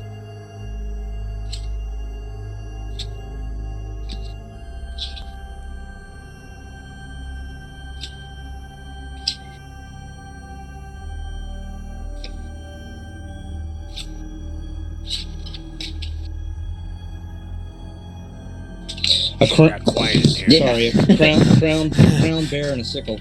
Yep. Let me see.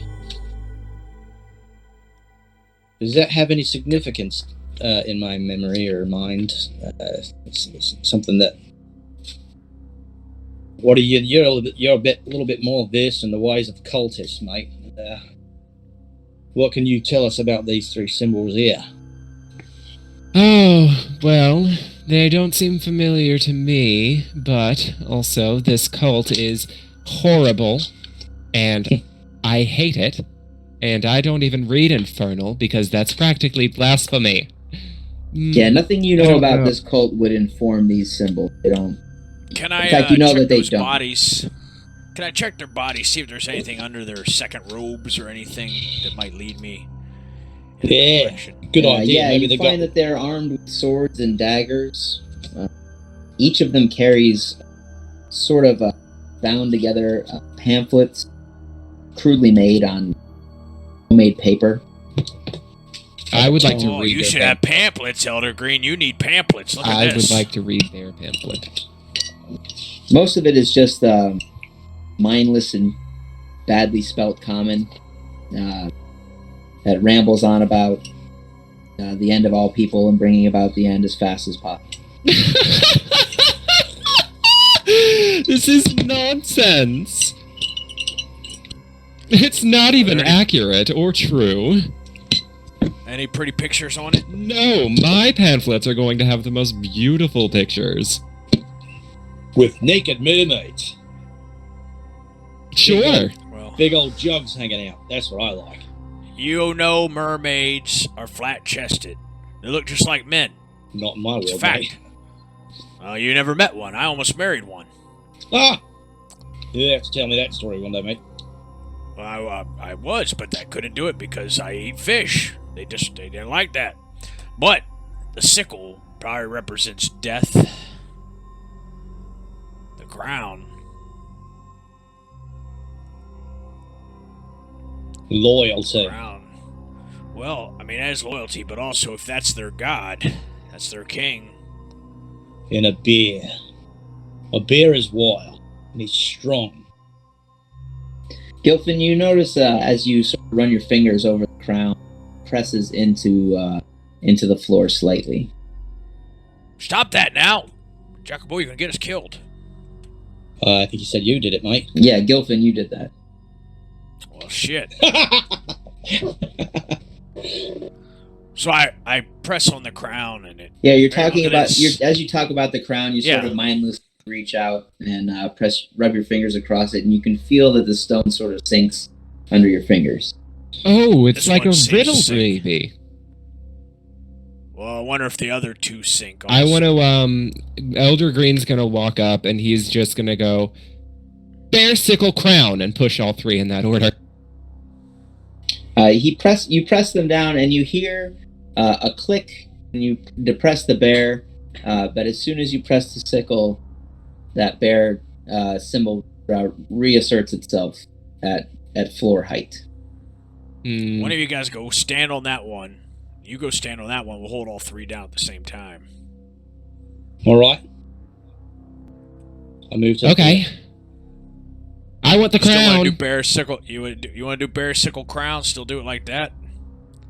Yeah. I want the crown, though. All right, fine. So I'm going to go stand on the sickle. So, Jacobo, you start.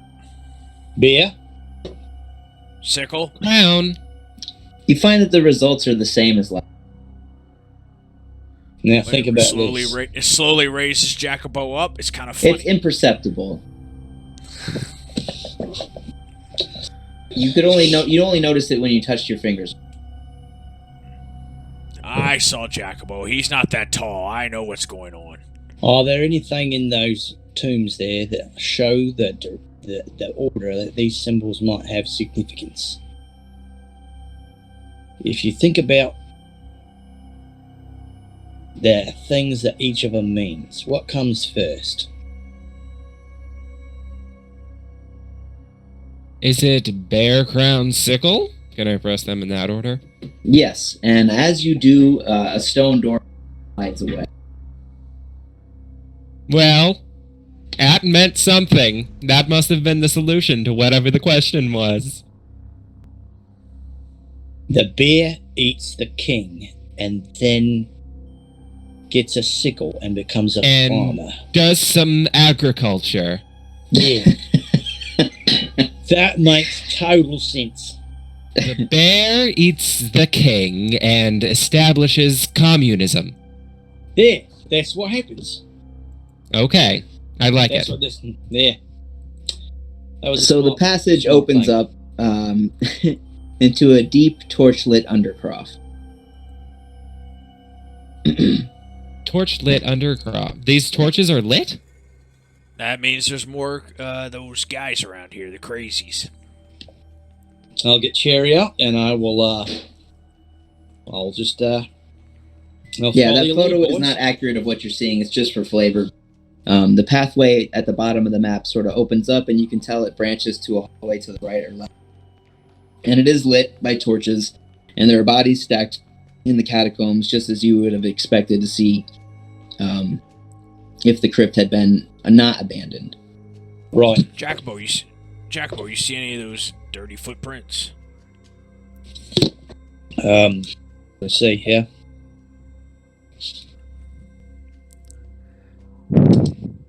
Yeah, you do notice that the footprints continue into the underground passage here. Yep, here they are. They go right around the passage here. Let's follow them. Same order of same picking order. I'm small, so I can kind of probably the 5 feet with you, and I'll stay to your right. And you just slice anyone who might come around those corners. All right, we'll lose an arm. I'll let old Cherry give him a nice kiss. They seem to be soft enough. Maybe I can get lucky again with 2 birds, 1 stone. All right, so you're going in the order of Jacopo first, then Gilfin, and then Elder Green. Jacobo usually holds back a little bit and lets Gilfin go first. Oh, Gilfin first. Okay, which direction? He uses Gilfin a little bit as a meat shield. Whichever direction follow the- Jacobo pointed at the footprints in. Yeah, we're gonna follow the footprints. Oh, so the footprints do come down and into this, lower area, but they go in both directions. It looks like this is the lair of those cultists, and that there's heavy foot traffic going everywhere. Muddy prints. They don't seem to be keeping it clean. They're not interested Right. in left and using it Jacobo, for left anything and other right. purpose. From the left and right direction. Jacobo, Go ahead. Jacobo, give me a gold coin. Oh, I was just gonna smell the air and go the way that didn't stink so much. Give me a gold coin. Here you go. All right, put it in my pocket. All right, smell the air.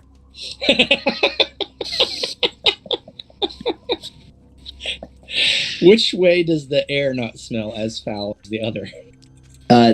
It smells equally foul either direction. This place is clearly the source of the brimstone, and it also has that pungent fungal smell. Everything stinks. I would say there's a little bit of fresher air to the right side of the map, which would be the east. But the air doesn't smell. Follow the stench. The air doesn't smell as foul down this way, so maybe we go that way. No, you want to go where it's the foulest. So you're going to turn right and head towards the left of the map? You want to take the hard route. Listen, mate. I once had an old friend. Long, grey-beard fella. And he always said, when in doubt, always follow your nose. And the air didn't smell where the air doesn't smell as foul. Was he looking for danger? Point taken. He was looking for a way out. I say we go left.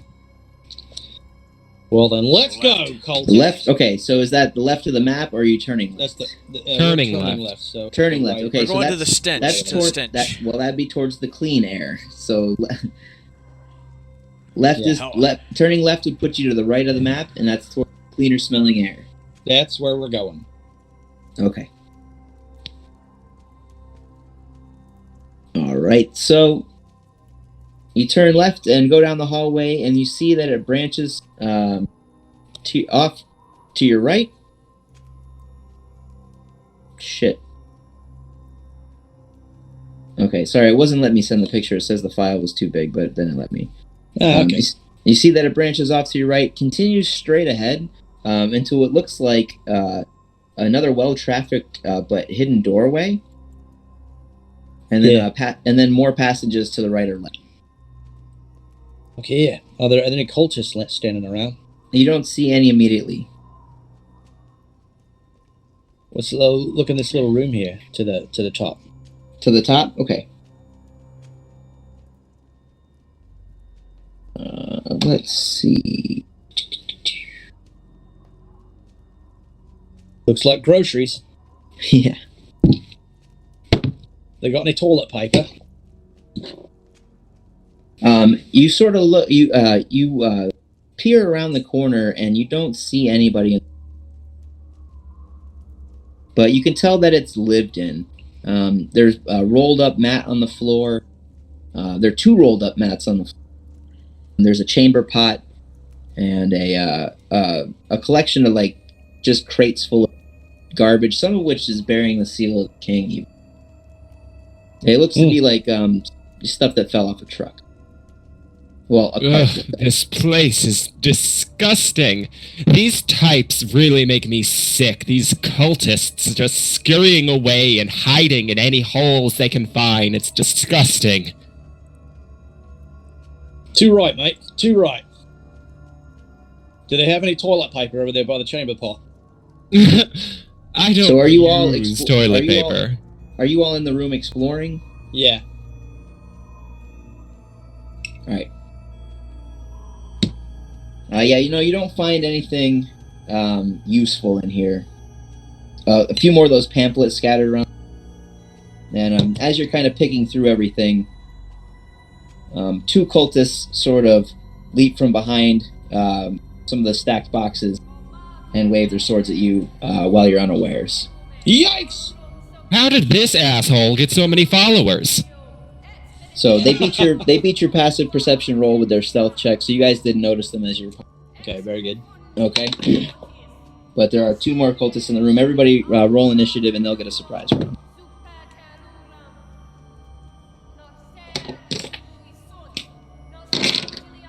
All right, who's got 20 to 25? Oh, you guys are doing...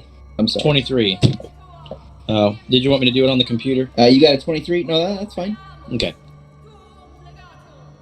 All right, so we got Jacopo, Gilfin, Elder Green, and then the cultist. But they get the first go because they surprised you. So tell me where you all are. Well, they can get to you pretty much anywhere in the. because Yeah, I was It's like, a you can tell me- small room. you can I'm tell by me the where you chamber all are. pot. What's that? I was by the chamber pot. At the top or the bottom of the map? Where's the chamber pot at? There's 2 buckets in there, so we'll say the chamber pot is the one at the top of the map. I was at the top. Okay. And then how about you, Elder Green? Just by the door.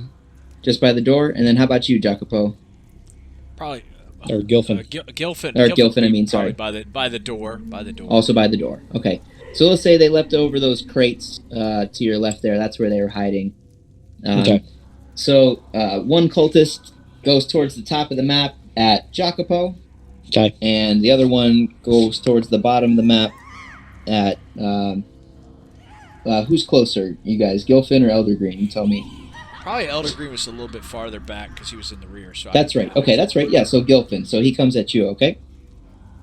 Yeah. All right. So the one that's attacking Jacopo rolled an 18 to hit you with his sword, Jacopo. It hits. Yeah. All right. And he does 4 damage. All right. And Gilfin, this guy rolled 7 to hit you.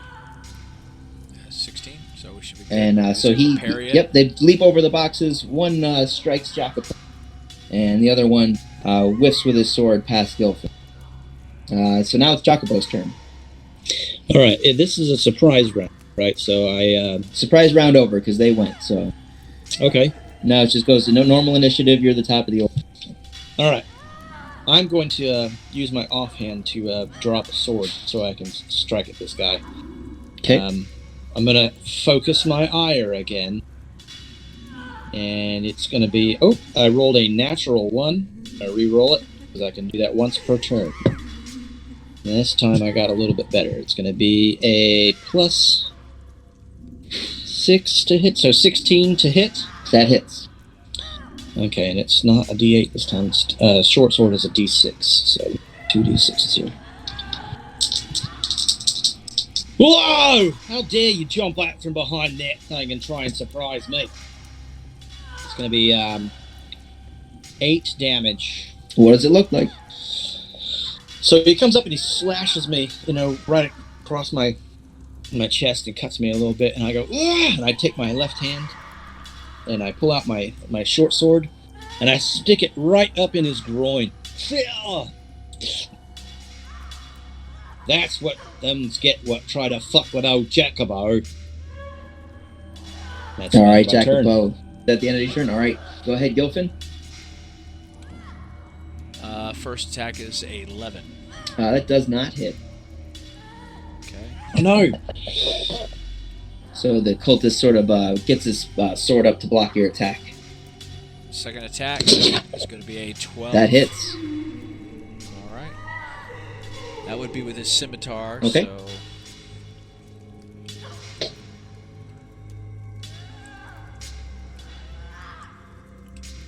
that's going to do 6 points slashing damage. He's heavily wounded. What does that look like? Or a piercing. I'd probably just take, if he's heavily wounded, I'd probably take a good chunk of his rib cage or stomach. I kind of just slash through it a bit. Yeah, he's bleeding. Not too deep, but clean. The blade goes all the way kind of through, kind of cuts the front out. Maybe some intestines start to slide out a little bit. Yes, he's starting to hold in his guts with one hand while he menaces you with his sword with the other. All right, Elder Green, you're up. All right, so Elder Green is just going to do his signature move, Eldritch Blast. Actually, how close am I to these guys? This guy is like 1 square away from you. Okay, so I can get him. Yep. Then I am, instead of using Eldritch Blast, I'm going to use Poison Spray. Okay. All right, so I'm going to roll to hit. Well, actually, no, he has to do a Constitution saving throw. Constitution saving throw coming up. All right, he rolled a 10. All right, then. He is not going to succeed. And so I'm going to roll the damage on this thing.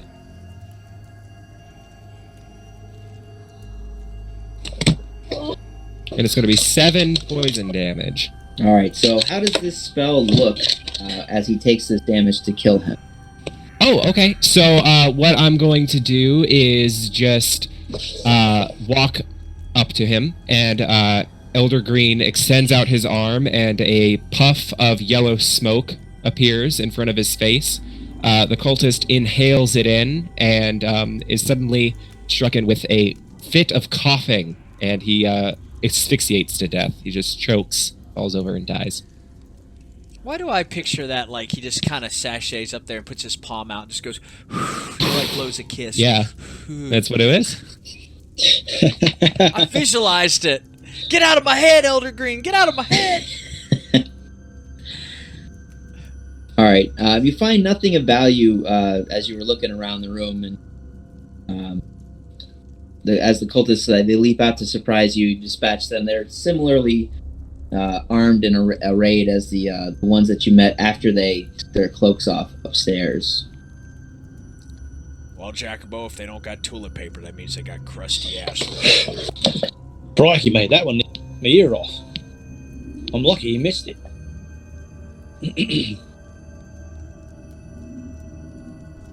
I'll wipe the blood off my sword onto the and put it back away. I'll need to be more careful next time. These little buggers, they got those black robes on. I didn't even see them back there behind them crates. Yeah, we're on their home territory, so we better be a little extra careful. Right, well, they've certainly heard us scuffling around in here just now. Well, they know we're here. It's just a matter of them getting the drop on us. We gotta stay aware. Let's head down across the hallway there into that room over there. All right. So I'll go ahead and take the lead. On the bottom. All right, of the so you're gonna picture cross there, that. Yeah. You're gonna cross the hallway. There's a room room almost directly across from this one, down on the right. Yep. Yeah, let's look at that room. Just kind of peek in the room a little bit without going all the way in. Yeah, you notice that this one is arrayed similarly. Oh, jeez. Come on.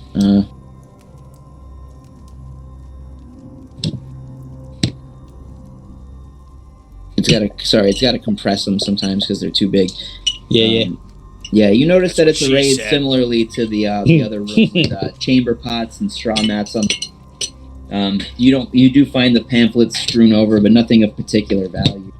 As you pass into this room, though, you notice that outside the chamber, there's a man-sized mushroom, and it shrieks at you. Oh my god! Well, I instinctively slash at it then, Right. just because it freaked me out. Yeah. So you slash at the mushroom and chop it to bits, and it stops screaming. But you do hear the sound of footfall headed in your direction, and you can hear people coming towards you from down the hallway. Here they come, mate. Get in the room. The room's a dead end, right? Yeah, the room is a dead end. Let's use this to myself, protect our backs. Use this to protect our backs. I'm gonna put the wall to my back over here at the bottom right of the screen. Is there a little like a block of some kind there? Yeah, it's just it's only like calf height, so it's not. All right, I'm gonna get on top of that. I would get to those little. I'd be like on the left side where that little box is, the little yellowish box. Okay. Just kind of pull right there. Yeah, let's say it's right around the corner with both swords out. Yeah, it's so if they a come in the room, brazier you or can, a you torch can or chop something. at them. Yeah. I'll Yep, shoot okay. at them. You chop at them. All right, so everybody go ahead and initiative.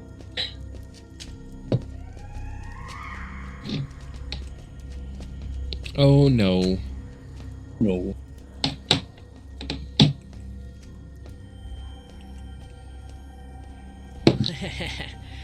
Whoopsie. All right.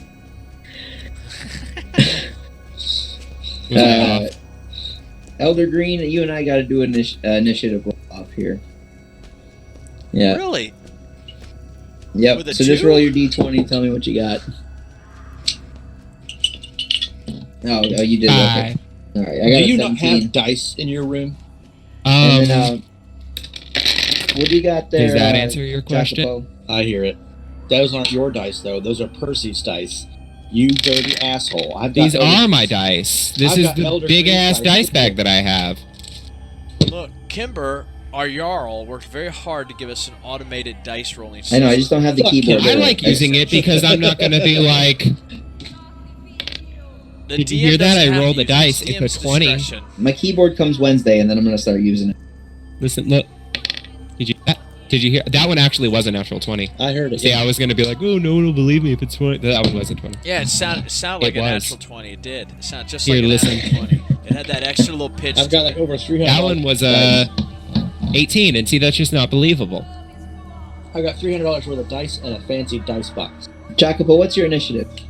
22. Okay. I just got another natural 20.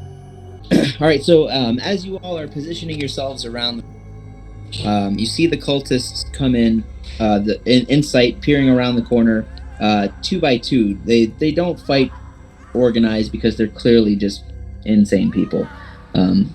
So we see about 4? Yeah, there are 4 of them. There are 2 in front and 2 behind them, and they're just filling the small passageway that leads into this chamber. Jacopo, you go first. Yeah, just like Stormtrooper. Okay, I'm gonna focus my ire on the. If I'm looking at the hallway, it'll be the guy. You can just say the guy on the left or the guy on the right. The guy on the left. Okay. And my attack roll is going to be 16 plus so 22 to hit. That hits. And this is with my crossbow, so he takes 9 damage. All right, that kills him. So what does that look like? So my first shot goes, sticks him right in his abdomen. He holds the crossbow bolt and goes, oh! Looks off into the heavens, and his right hand raises in the air, like, what have I done? Falls over.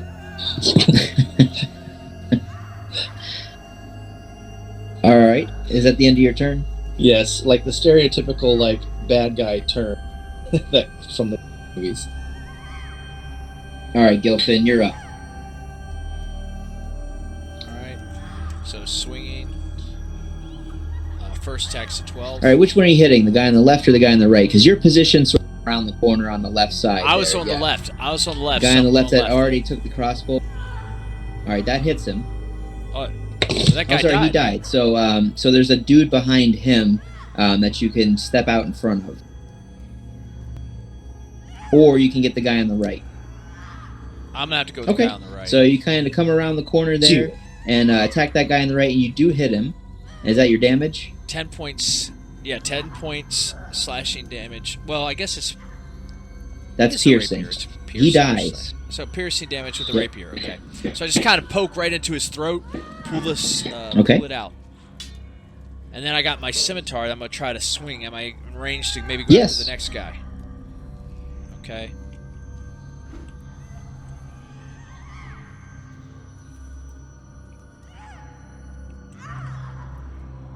That's a critical hit. So is it the guy on the right or the guy on the left? It would be the one on the left. Oh, yeah.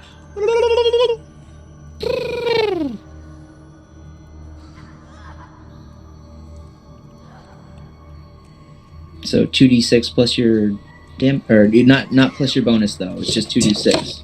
Yeah.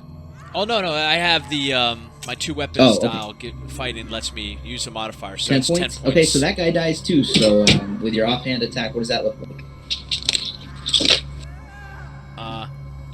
I poked the one guy and I just swiped with the other blindly, just sprung, and I guess I just kind of caught his throat, was able to cut through most of his head. Okay, yeah, so it's a river of blood kind of spills across the already purple of his robes and stains his gear, and he just drops to his knees and dies. There's one cultist left, and as he sees his friend just spraying blood all over, he raises his sword above his head to chop at you, and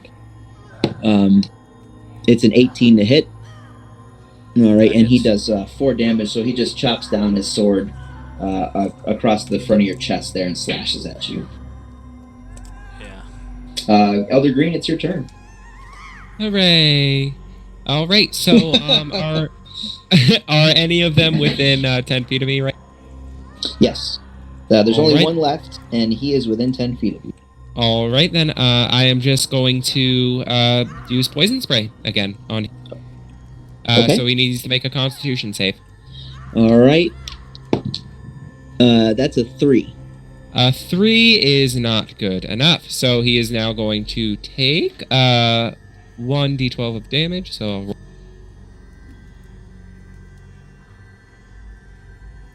And it's a 10. He dies. So what does that look like? Okay, then. Then Elder Green is going to he is going to once again approach the cultist. He's going to shove him down to the ground and just jump down next to him and say, I claim this death in the name of the King in Yellow. And he's going to once again shoot a puff of noxious yellow haze at him. The cultist sort of see this yellow veins popping out of his face as he sort of withers and dies. Hooray! And so you guys don't hear any more footfall in the hallways outside. And this room seems to be much like the others. There's nothing of value here. It's got scrawlings of the symbol of Thara's Doom on the wall, and the sacred number 333 written everywhere as if by madmen. And it looks like it's well used. The chamber pot is half full. There are gnarled bits and bones of animals around and things like that. Ashes from a cooking fire, stuff like that. Christ, mate. Someone needs to clean this damn chamber pot out. What a bunch of nasty folk. At least my cultists, my congregation, clean up after themselves. Well, I don't know. What's one of your guys' names? Elder Young? Yeah, Elder Young. That guy. He's a bit ripe. He is the newest member of our congregation. You need to show him how to use deodorant, mate. I don't know what that is. Oh, it's this little blue bar.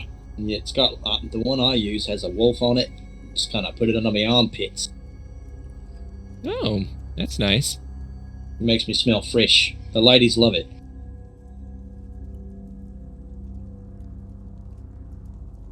I'm gonna go up to the left there and look down the hallway.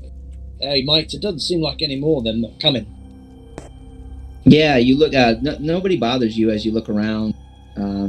You kind of look down the hallway, and you see that it forks off to the left of the map, which would be to your right again, and then sort of also opens up into a passage.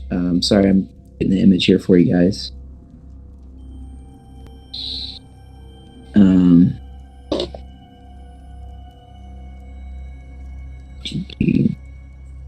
Looks like there's a long hallway heading down. Yeah, you see. Sorry, it's.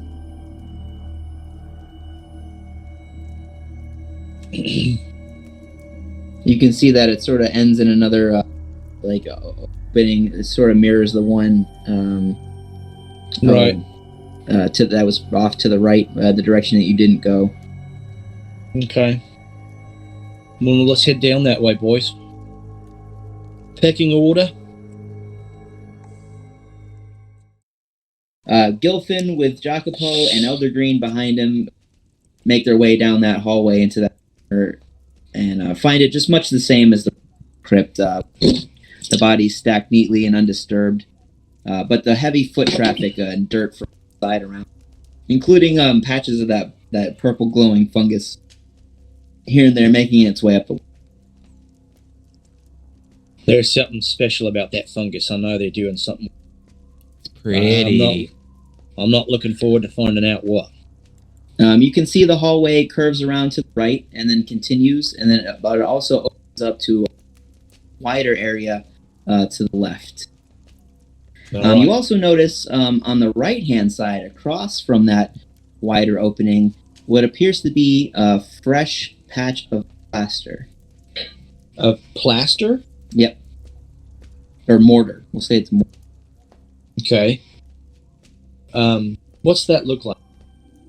It just looks like a different color from stone around it, and it's like stucco, like inside of a kind of. Okay. Like, yeah. Maybe they covered up a wall. Yeah, it may have been framed in and then mortar instead of like stacking stones and putting mortar between them.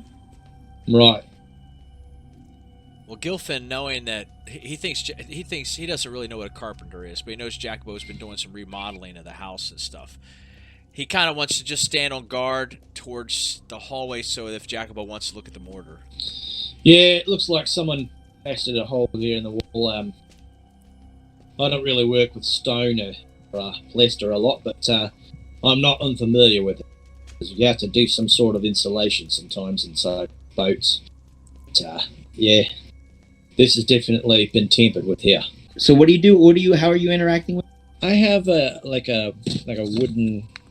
Let's see. I have tools. Carpenter's tools. Okay, so let's say you have like a mallet or something like that. Maybe something like a chisel. Okay. And what are you doing with the chisel again? And seeing how is it? Does it scrape away easily? Yeah, you could chisel it away. It's just like it's like a dry clay. Yeah, like clay. Mm-hmm. You could chisel it away for sure. Yeah, you could probably use some force skill, Finn, and kick this down if you wanted. They might be hiding something behind there if you tried.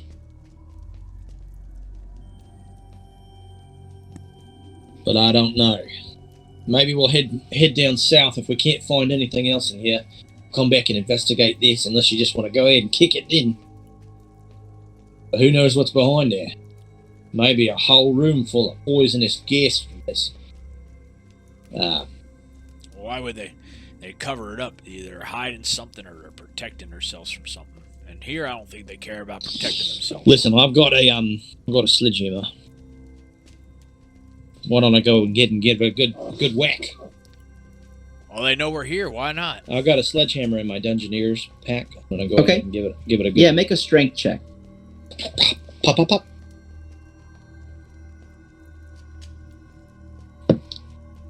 Oh, that's a bit tougher than I thought, mate. That's only an 8. Yeah, you put a fist-sized hole into the plaster. Yeah, it's coming down. Well, look at that. Comes down fairly easily. I'll just continue to whack a little hole. Okay.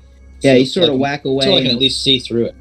Yeah. You whack away at it, and the plaster sort of crumbles, and you hear some feeble sounding babbling coming from behind it, and you notice that this was a passageway to the mausoleum originally. It's here at the top of your map, but that looks like all the natural cut passages or fit stone passage had been mortared up with the rest of it, as if they had tried to make it concealed, keep in what's inside. And as you peek in, you sort of understand why that stink of brimstone is just filling your nostrils. And you see two just putrid-looking, malformed, white-skinned, babbling, pathetic creatures that are just... they look like they want you to kill them. My goodness, mate. Look through this hole. These nasty creatures. Elder Green, you would recognize these as the lesser devils, the Lemures. And you would know that they're just pathetic, evil souls at their lowest form, summoned from hell. And it seems they're suffering in there? Lemure's life is suffering. You know that Lemures are just wretched creatures that only exist to be tortured. Elder Green is going... A wicked smile is going to come upon his face, and he's just going to say, "Leave them in there. They're no trouble." Because he doesn't want to liberate them from existence. It is absolutely foul. Yeah, they just sort of sit there babbling on, covered in pus and slime. They sort of crawl at you, but not, and then retreat just as fast. They look pathetic. I must say, that thing that I just saw is going to stay with me in my nightmares probably the rest of my life. Are you sure we can't just toss a torch in there or something? No. To toss a torch in there would be dangerous. You should leave them. I'm going to pick some dirt up and try to cover the hole back up. Okay, yeah, I mean, you can, because it's sort of crumbly and dry, so it doesn't really... You really couldn't. You'd have to get it wet again and mortar it back That's in. disgusting, mate. I don't even know. I just want to leave. This is disgusting. Let's head back down the hall there. That kind of depresses me, actually. Which way do you want to go? What sort of creature exists for pure, just nothingness, mate? That's disgusting. The kind that does not exercise 6 feet distance between each other. Yeah, mate. Those two are wallowing all over each other. Nasty. Let's head left on that picture that you sent and so we'll head west. So you're gonna head past that wide opening to the bottom of the map and continue going left? Oh no, we're going to the wide opening. We gotta go to the wide opening. Okay, so Gilfin, you're going first? Yeah. Yes. Okay. So you walk into that wide opening and Slowly. and the room sort of just opens up and it's bigger than any other place inside the mausoleum so far. At the southern wall, there's that giant statue, and in front of that is not the altar as pictured, but not that altar, that slab as pictured, but sort of an altar with a giant version of that spiral that you guys saw in the outer crypt. Oh, yeah. Kneeling around the spiral, quietly chanting, and paying no attention to you guys is this dude. And he's sort of at the very bottom of the map in front of that statue, and then just kneeling on the floor over his circle. Kohithla. Dombin Ismail. So he's sort of another robed figure. His robes are a little bit more. The color of his robe is a deeper, richer purple than the red of the other cultists that you've encountered, the cultists of Thayer's Dune, and he still has that spiral sigil emblazoned upon his robes. But he is on his hands and knees, and paying you no mind as he whispers to himself, works on this giant spiral shape that he's etching into the floor of this raised dais. Is he casting a ritual, Elder Green? Elder Green is going to telepathically respond to his question. It's possible, yes. But Elder Green is going to cast Produce Flame. And a flickering green flame. Green flame! Thank you. Will appear in his hand, and he's going to say to this person, or this cultist, you call that worship? You should be ashamed of yourself. He doesn't look up from his work, but as you produce that flame, a passage to the west opens up, and a creature floats out of it. This makes me so sad. And up to the ceiling. Everybody roll initiative. Yay! Elder Green, before initiative begins, is just going to go, good! I was hoping for a challenge. Damn. None of us have ever seen a creature like this. We have, me and Chad have. Well, yes.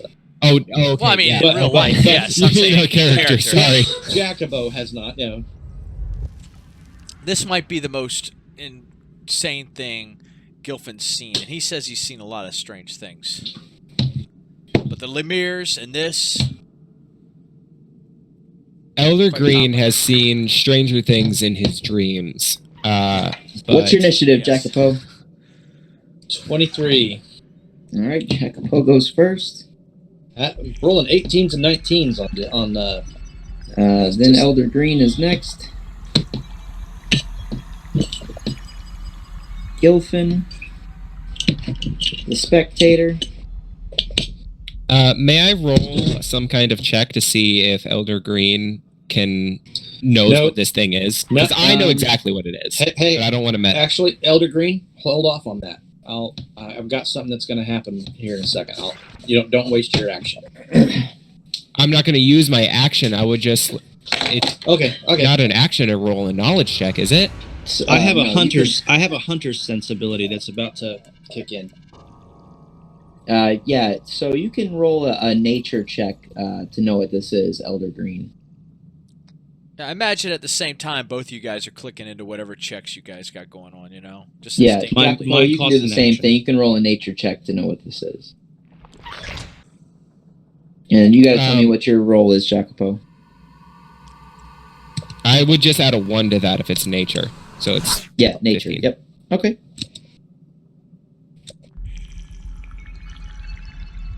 Because I mean, I know everything about these things, but I don't know what Elder Green knows. You know what I mean? Yeah, no, that's okay. So, so as you produce your green flame, Elder Green, Green flame. Green a flame. secret passage opens, and a head the size of a man's torso, sort of slowly hovers through and up to the ceiling. In the center of the head is a giant round eye, and below that is a toothy maw. Surrounding that, protruding from the side of that man-sized head are 4 eye stalks, each with a sinister, animalistic eye. Elder Green, you know that this is a lesser beholder called a spectator, and that it is a magical guardian summoned to protect something of importance, but also that it doesn't belong in our world. And then, Jacopo, you know much of the same information.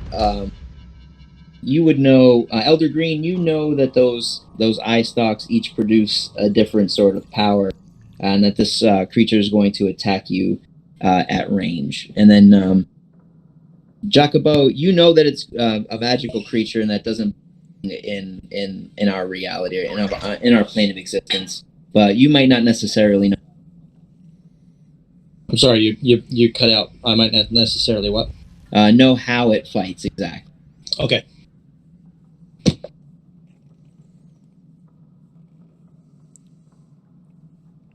Gilfin believes that the guy did some kind of ritual to bring this creature into existence. He's going to kind of yell out to his compatriots, "Whenever you want to stop him, the man," as he kind of turns his attention towards this floating monstrosity. Jacopo, you are first in the initiative order, so you can take the first action. My first action is to use my hunter's sense. As an action, I choose one creature that I can see within 60 feet. I immediately learn whether the creature has any damage, immunities, resistances, or vulnerabilities, and what they are. Okay. You know that it doesn't have any damage. I'm sorry, you cut out again. Any damage what? Sorry, it doesn't have any damage or. Okay. We can freely. No damage resistance. Or immunity. No damage vulnerability. Okay. We can take this, boys. We just have to focus. Unfortunately, that does cost my action, so that's it. As a bonus action, I focus my ire on the creature. Okay. That's it. That's the end of my turn. I will stay as far as I can back here at the door. All right. As you guys are sort of kind of getting yourselves ready to face this creature, you hear a voice in your mind saying, Intruders must leave. Intruders must leave this place or be destroyed. Elder Green, it's your turn. Well, Elder Green is going to telepathically communicate back to the beast. He's just going to say, "You are a beautiful creature, but unfortunately you serve the wrong gods." And he's going to cast a hex on it, meaning that his attacks on it will... hold on, let me pull up hex, see what it does exactly. It's going to deal an additional 1d6 of necrotic damage. And then he is going to... So that's a bonus action. Then he's going Okay. to cast Eldritch Blast as his action. Okay. And it's an 18 to hit That hits. already. Okay, then I will roll damage. Damage.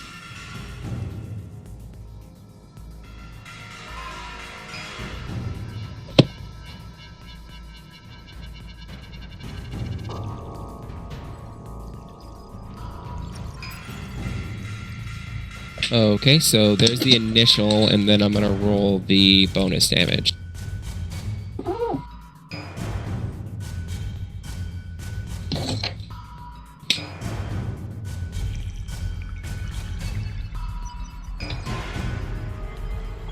Alright, so that's a total of what, 14?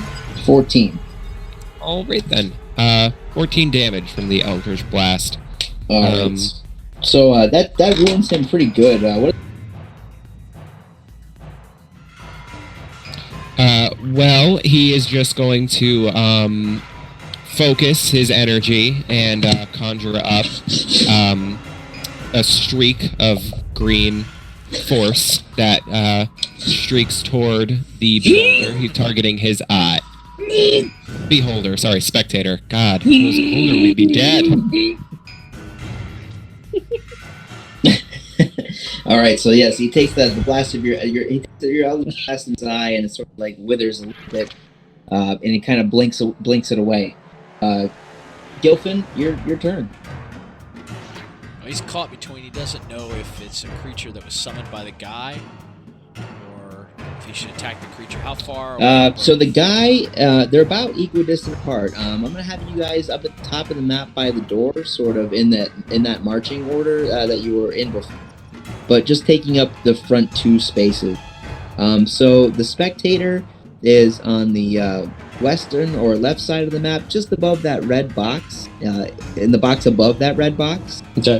Okay, and then the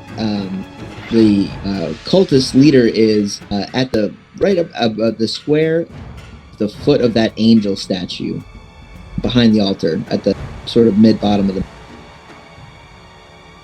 Is this as Jackbo? You got this. So Gil, can I'm I going say for him, yeah. they're about equal apart. You can, if you go diagonal, 10, 15, 25. It would take you a dash action to get in.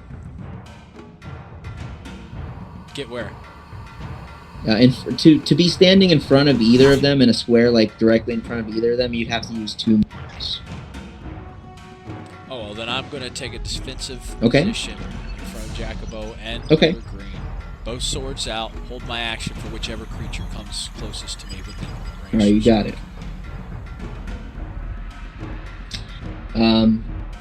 All right, so now it is But the. move me enough, Chris, so that if on my next turn I want to move, I can get in range of either target. So move 30 feet. So you'd have to move. You'd have to Yeah. move like 15 inward. Okay. Yeah. So I was saying, yeah, move me inward because I want to. If I want to continue my movement, if they do ranged attacks. All right, so you are 15 feet inward, and then you move to your right, which is the left. Hold my The action, left yep. side of the screen. So now, if you see those 2 boxes at the top of the map, and then left, you are 2 squares in front of that box. That bottommost of the 2 boxes. Sounds good. Right in I'll front of hold that my action in staircase, case they okay? get within range. All right. Got it. Okay, cool. All right, so now it's the spectator's turn, and he sees that you're approaching the altar. So he's going to shoot an eye ray at you. And he's going to use his eye rays. So he's going to sort of snaking. Cut out. Oh, sorry. So one of the snaking stalks at the side of his head is going to turn towards you, and a beam is going to shoot from it. Make a Constitution saving throw.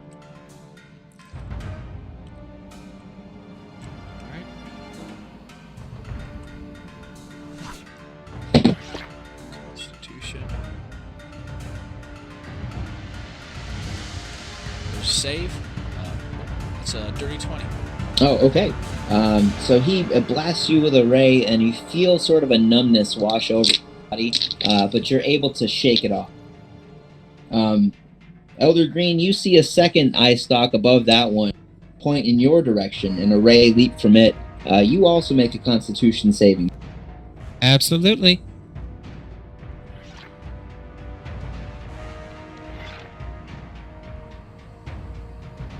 And to that, I add nothing. What's your roll? Can you just say it to me? Sorry. It's 12. 12? Okay. So, his ray is going to shoot a yellow beam of light to answer your green one. And it's going to shrivel you in a way that yours shriveled him. You're going to take 16 necrotic damage. 16. Yep. What a light show! Because your blast was able to damage that floating eye, the cultist is going to look up from his work and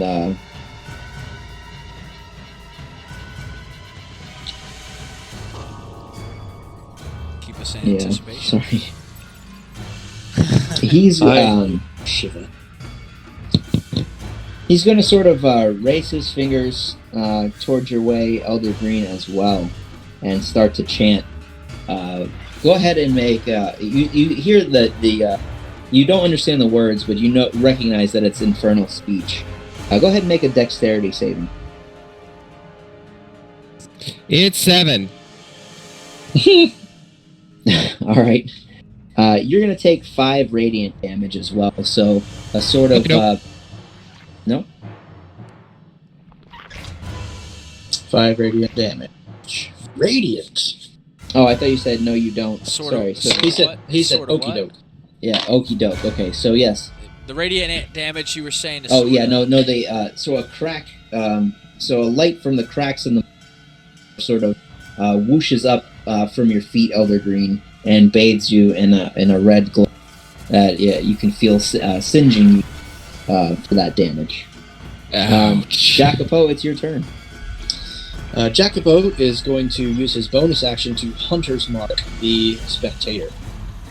And he will make his first attack. And this attack is going to be 16 to hit. Sorry, it's 16 to hit. Okay, that hits. Okay. So Ire and Hunter's Mark stack together, so it's a D8 plus D6. And he fires a bolt, resulting in 14 damage to the Spectator.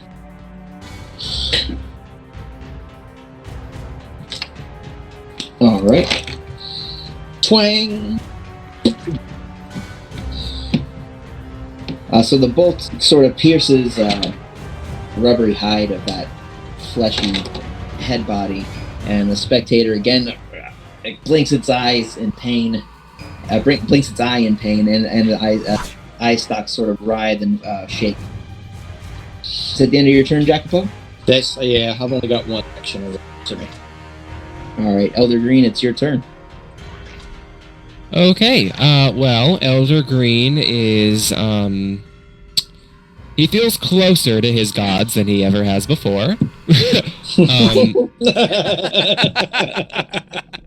And he is going to, earlier I produced a flame, didn't I? Yes. I'm just gonna hurl that at the spectator. What color flame? It's a green Green flame. flame. Green flame! Green flame! All right, go ahead and make your attack. I think so. Ranged. Yeah, I'm just checking, I'm sorry.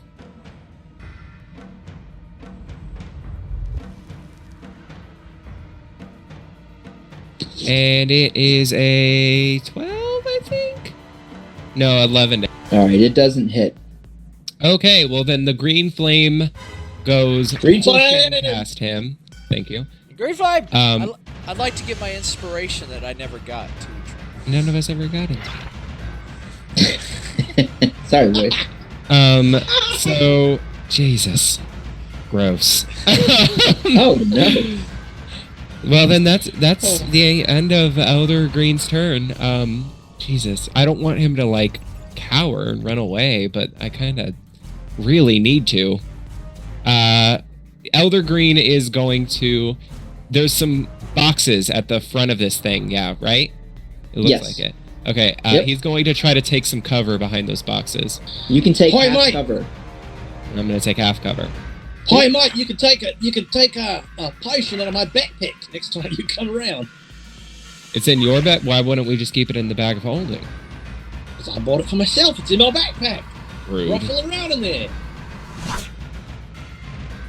Yeah, well then that's the end of my turn. I take half cover behind those boxes. And actually, hold up. Sorry. I think I can do something. No. Well, yeah, I think I can, because to throw the flame wasn't a spell. It's a spell to conjure it. That's a spell attack. Yeah, that's going to be your action. Okay, but got it. Because I just wanted to... I can cast Healing Word, but I won't do that. Is Healing Word that's a bonus, right? It is... Oh yeah, It's not Produce Flame is a cantrip, isn't it? I'm sorry, I'm all over the place. Produce Flame is a cantrip, yes. So you Okay, can cast well then Healing I Word. am going to cast Healing Word on myself. Okay. Well, then keep your dirty hands out of my backpack. I haven't seen you use hand sanitizer once today.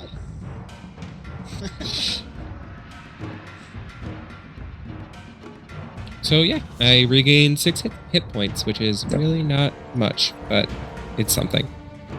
And that's the end of my turn. All right, Gilfin, it's your turn. Set the scene for me, sir. Okay, so you've got And feet away. And feet away. feet away. All right. Yeah, how many feet away I'm from? Yeah, all sure. targets? So you are at the square between the staircase and the bottommost brown box that's up top. That Elder Green is hiding behind in the top left portion of the map. At the square on top of the black foot of the statue is the head cultist who cast that flaming spell against Elder Green, and then hovering in the air, in the square just above on top of that red box on the left side of the wall is the spectator. So Wait, feet from away, where you're am I at, from the spectator, you could say? make a move to 5, 10, 15, 20, 25 feet from him, and then 5, 10, Yeah. 15, 25, 30, and then 35 feet away from the head cult. All right, well, then I got to go after the Okay. spectator. So I'm going to move up to him full, I guess, 30 feet. Or he's 25 feet away, so I Okay. 25 feet. Swinging with the rapier. Yeah, he's floating sort of at the height of your head, so you can reach up and stab him with the rapier. All right, so that's a 20. That hits.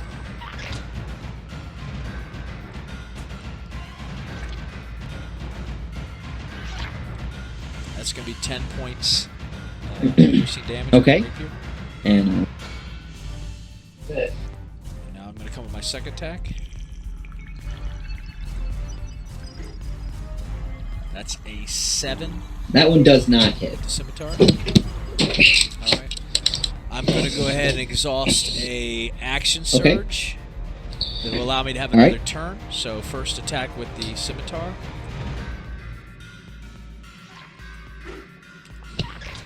That That's hits. 18.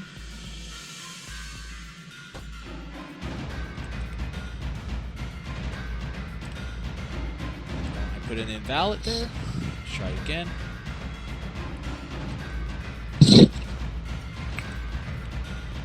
That's going to be 8 points piercing damage. All right, what does that look like? Well, I'm aiming for the eye because that's what I feel like. I'm kind of just poking at that giant eye, just fixated on it. Is he He's bloodied? dead. Is he going down? Well, then I'm going to say that I went with the rapier and I just followed through with the scimitar, both into the bullseye. Ka-ching! Just getting both. The knives go all the way in. Hands go into the eyeball, too. Just goes real deep to where it pops out the back of his head, and his tentacles go limp. Like His tentacles go limp, and the bottom half of his sort of floating body stops floating, but the top half does not. So the jaw and all that meat just kind of like starts hanging and sagging from where you've ruined it with your sword. awesome. Yeah, both swords are in there. He's a mess. He's just a floating All right. pile of. Good use of the Yep. action surge. All right, the Sweet. acolyte's sort of he's standing behind on top of his summoning circle, and he shouts and screams, "No, I can't believe it! How could you have destroyed him? No, I must summon another creation, but I'm not finished."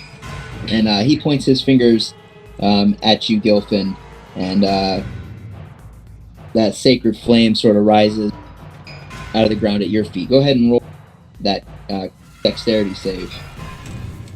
Dexterity save, okay.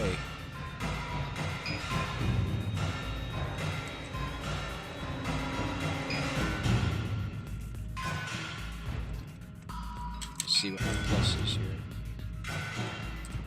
+3. It's gonna be a 6. Unfortunately, that the light erupts from the crack in the it bathes you in its demonic light, and then you take I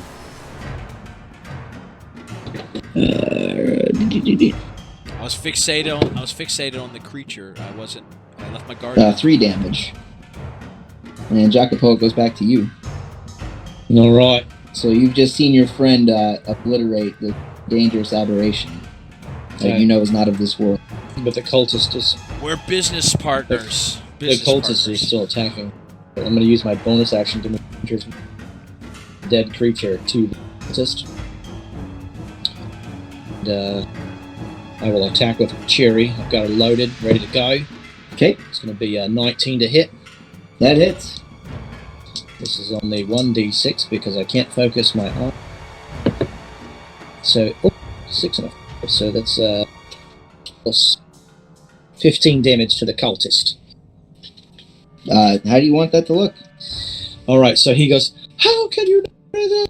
Just before he gets that last word out, a goddamn crossbow bolt goes right through the side of his jaw and up through the left side of his head. And he makes that horrible, like, Monty Python death sound. And he stumbles back 3 or 4, arms wailing around, tips over in a freaking, like, a burning cauldron of torch there, and it just kind of sets his robe on fire, and he's laying there smoking. The arrow, blood seeking out through his head. All right, and then yes, dead. The activity around you the dust sort of settles.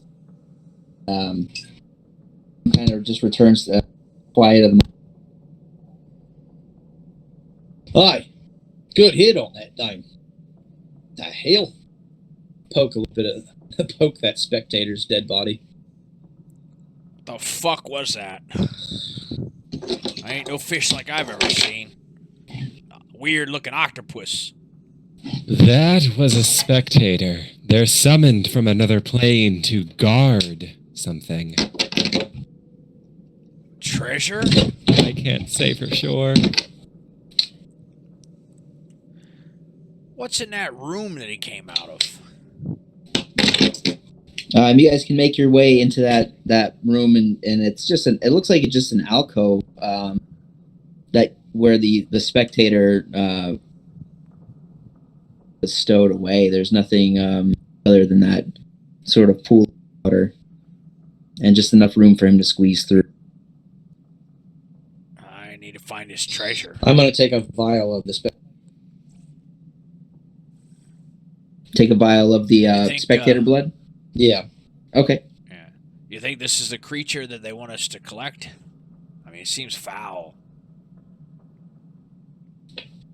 I don't know. All you guys can hear is sort of the soft moaning of the mirrors from across the hall.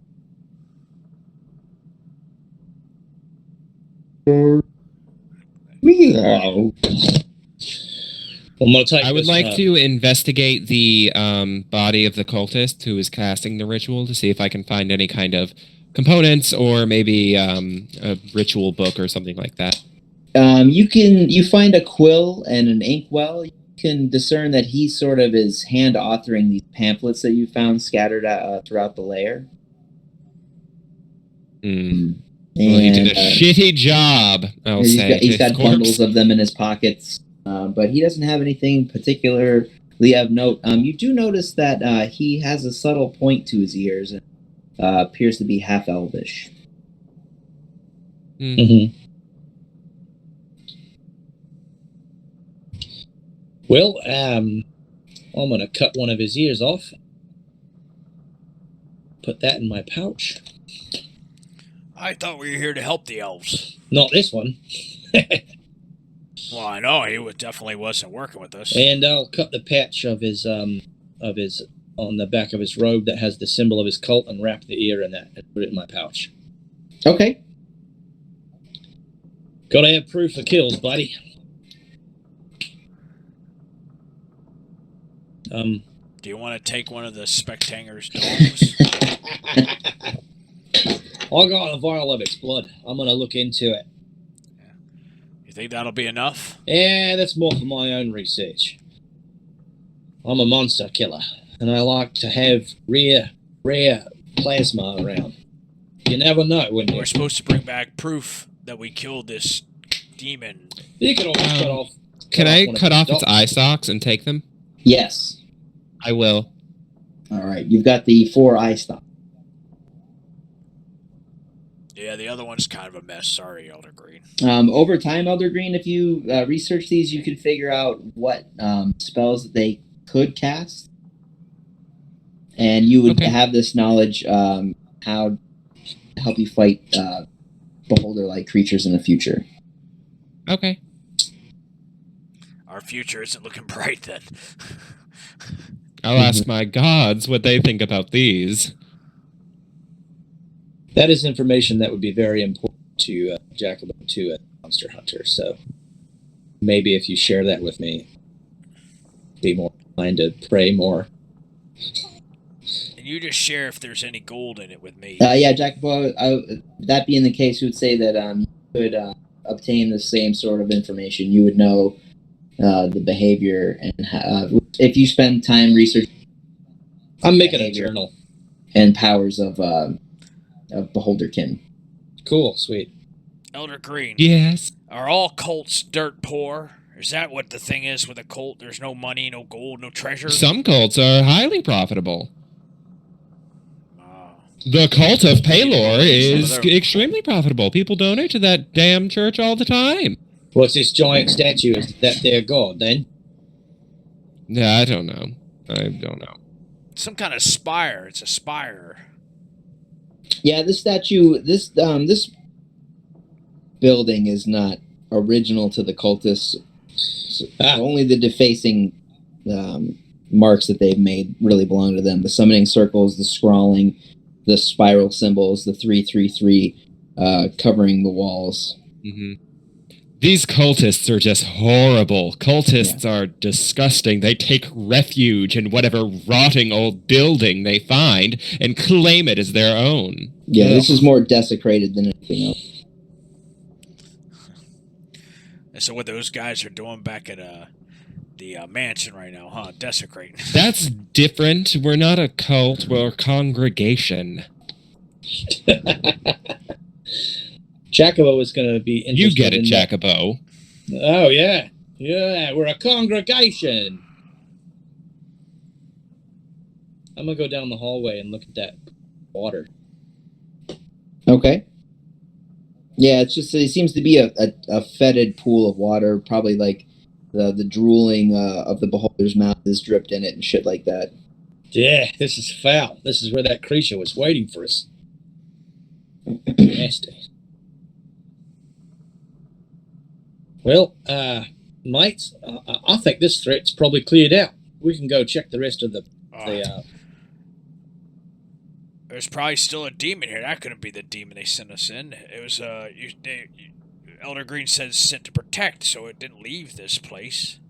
Yeah, it was pretty. They sent us to find an aberration, and this was indeed an aberration.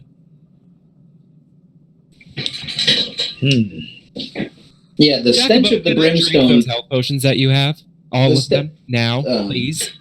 The stench of the brimstone, you would be able to identify as coming from the Lemures, and that's the source of the stench around the area. Is that what they want us to bring back, the Lemures?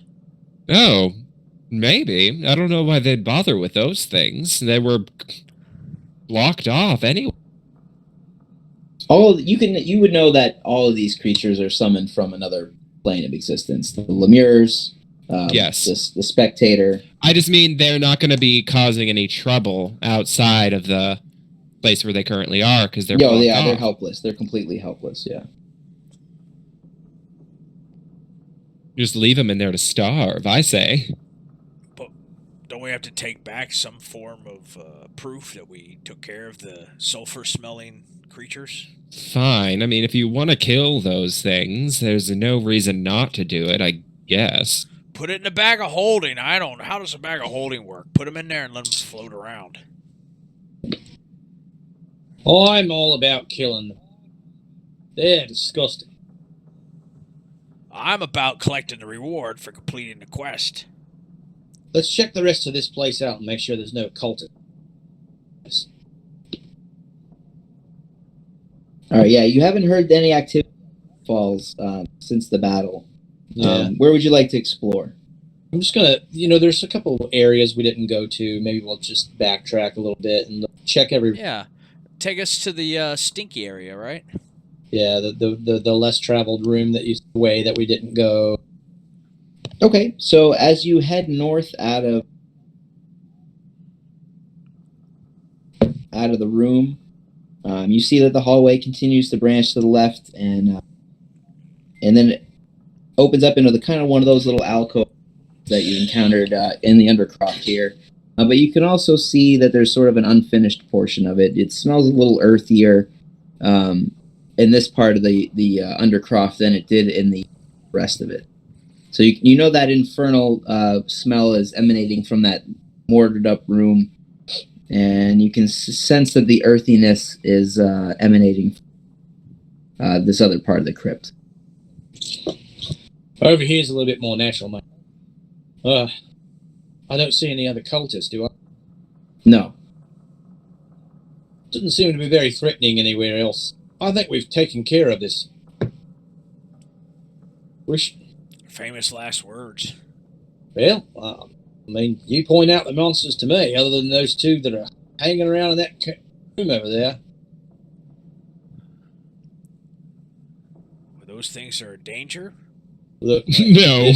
Their smell alone is dangerous. Jacopo, where are you exploring right now? If I'm looking at the picture there, I think I'm on the west side of the picture, in that little opening there, at the top left of the picture. At the top left of the picture? Yeah, you see that little square opening there? Yeah. So is it that dirt portion, that unfinished portion? Yeah, that dirt portion there. Okay. So where's everybody else? Directly south of that is like a big tree root coming out of the wall. Yeah. Where's everybody else? I'd say I am like at the end of those stepping stone things, at the still on the stone. At the altar in the altar room? No. So he is. I would think we'd stay together. Yeah, where's he? Okay, so Jacopo is in the square dirt room at the top left of that last map that I just sent. Okay, so top left. Yeah, I'm with him. You're with I would him. say I held back a little bit. We'll say I'm at the two wooden planks that make a V shape. I'm at the top of the V. So from where you're standing on that concrete portion, so it goes from finished to sort of broken stonework, and then there's a little bit last bit of staircase where you all end up, right? Yeah. Looking to your right and to your left, so the top and the bottom, into those big open rooms, you notice that there are 3 foot tall purple glowing mushrooms. One in the top room and 2 in the southwest corner of that bottom room, right behind where those 2 planks are, where it kind of looks like there's stonework and rubble. There are 2 mushrooms there, and there's 1 mushroom up by that box in the top room. Okay. Them mushrooms like to scream. Watch yourself. These aren't the same as that other man-sized mushroom. These are about half as... One mushroom is the same as... These are about half as high, and they're glowing. Children mushrooms. Even louder. What if I was to shoot an arrow into one of them from about 20 feet away? Okay. I'm gonna try it. Which one? Well, there's like 2 planks of wood there with 2 V's, and right to the left of that is 2 All right, mushrooms. so there's 2 mushrooms there. They're about 10 feet away from you. Yeah. Try those. You're going to shoot an arrow into one of those. Yeah. Okay.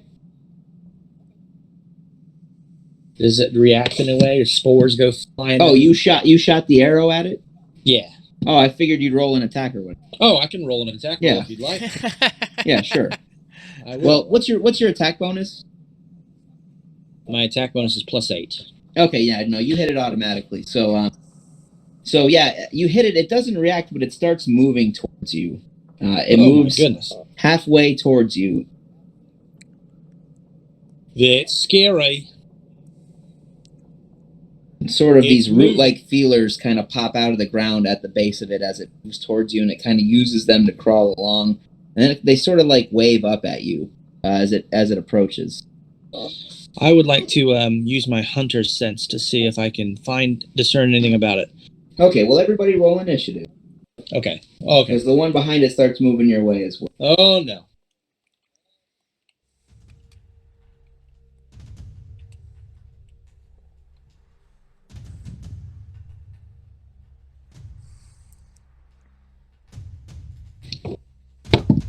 All right. There once was a village of these mushrooms. They had little blue people that lived in them. It goes last. What'd you They got? controlled them. They drove them What'd around. you get, Jacopo? 6. All right. It goes last. Jacopo, you go right before it. Gilfin, you're first. I'm gonna hold my ground because I don't know if did any spores come out when he hit it Nope. with the arrow. All right, then I'll press the attack. Yep. I get to it. All right, I'm gonna go ahead and attack. Okay. it then. What's your base attack bonus? Base attack bonus. Yeah, they have an plus AC 5. of 5, so you're automatically going to hit. All right. So I'm gonna just come through.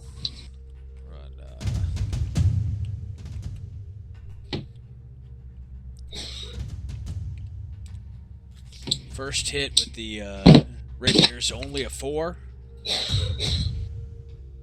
And then, since you said it's going to hit no matter what, I'm still going to roll it. Yeah, if it's sure. Okay with you. Because what if I get a natural? That's fine. That's only an 8. Yep. That'll hit.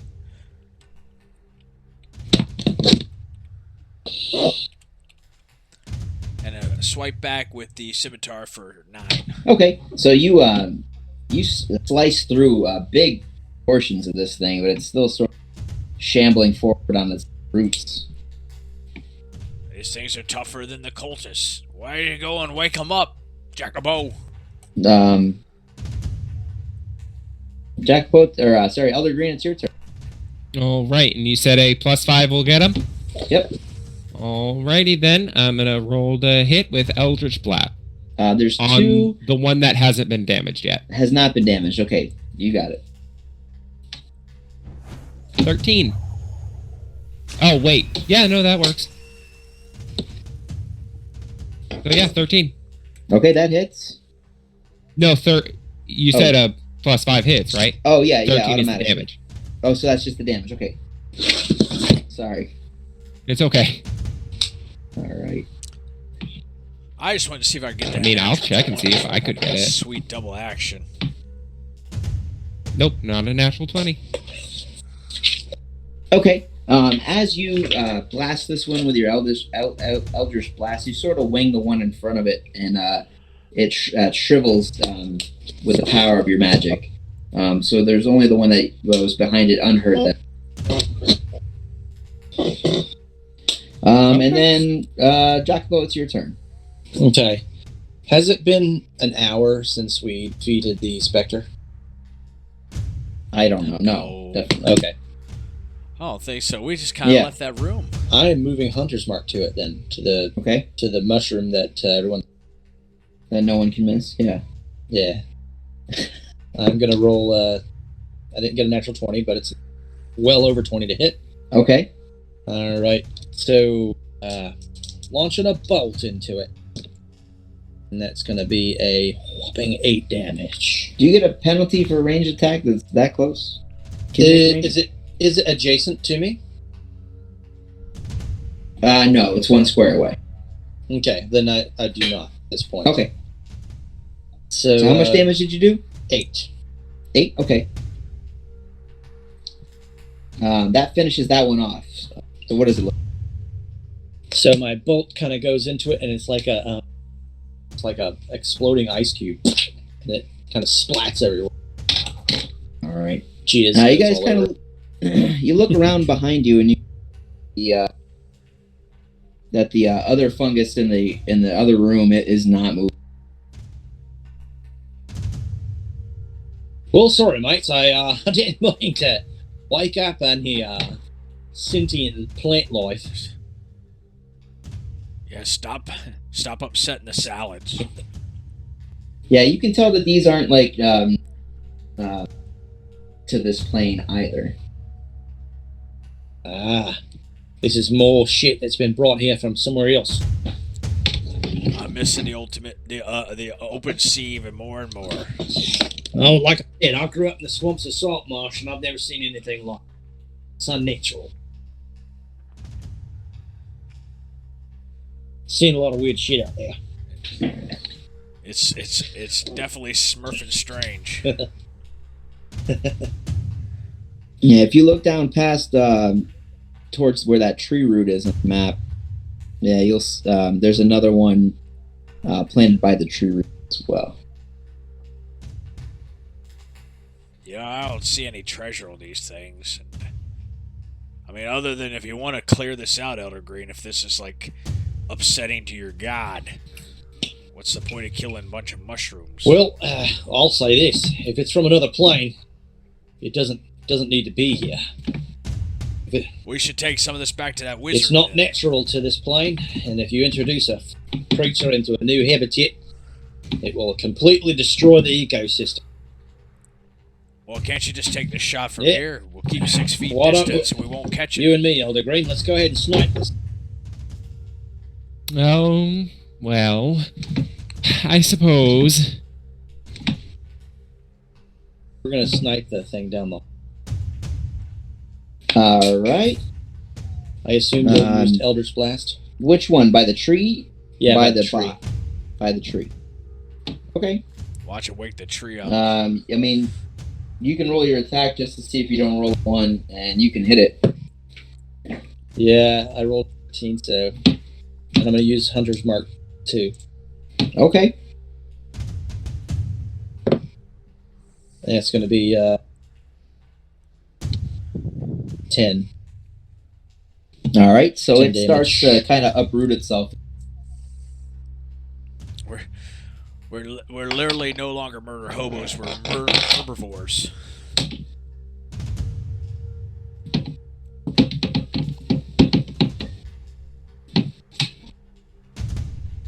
So your turn, Elder Green, I guess. Okie doke. I am going to roll to hit with Eldritch Blast. Oh, but Yeah, as I long don't as it's have not a to 1, roll. it hits. It's not a 1. Okay.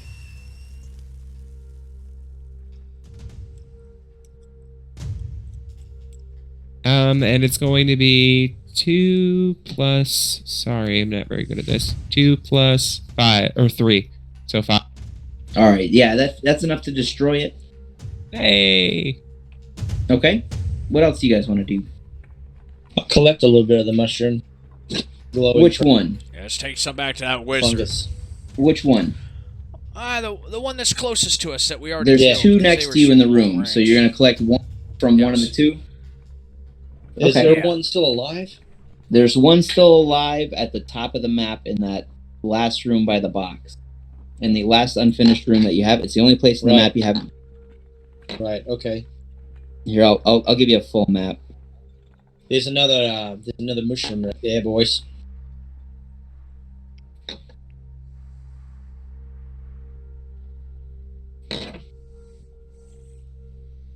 So you can hit it with your bow from where you are. Still, Isn't it Gilfin's turn? you killed anything that's engaged in an initiative. Okay.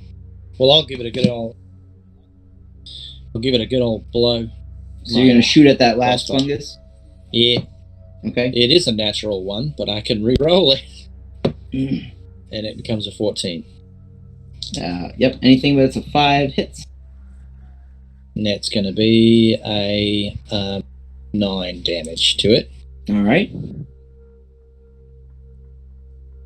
That's These violet fungus get -5 to their initiative, so Elder Green or Jacopo or sorry, Gilfin can next. You guys can decide.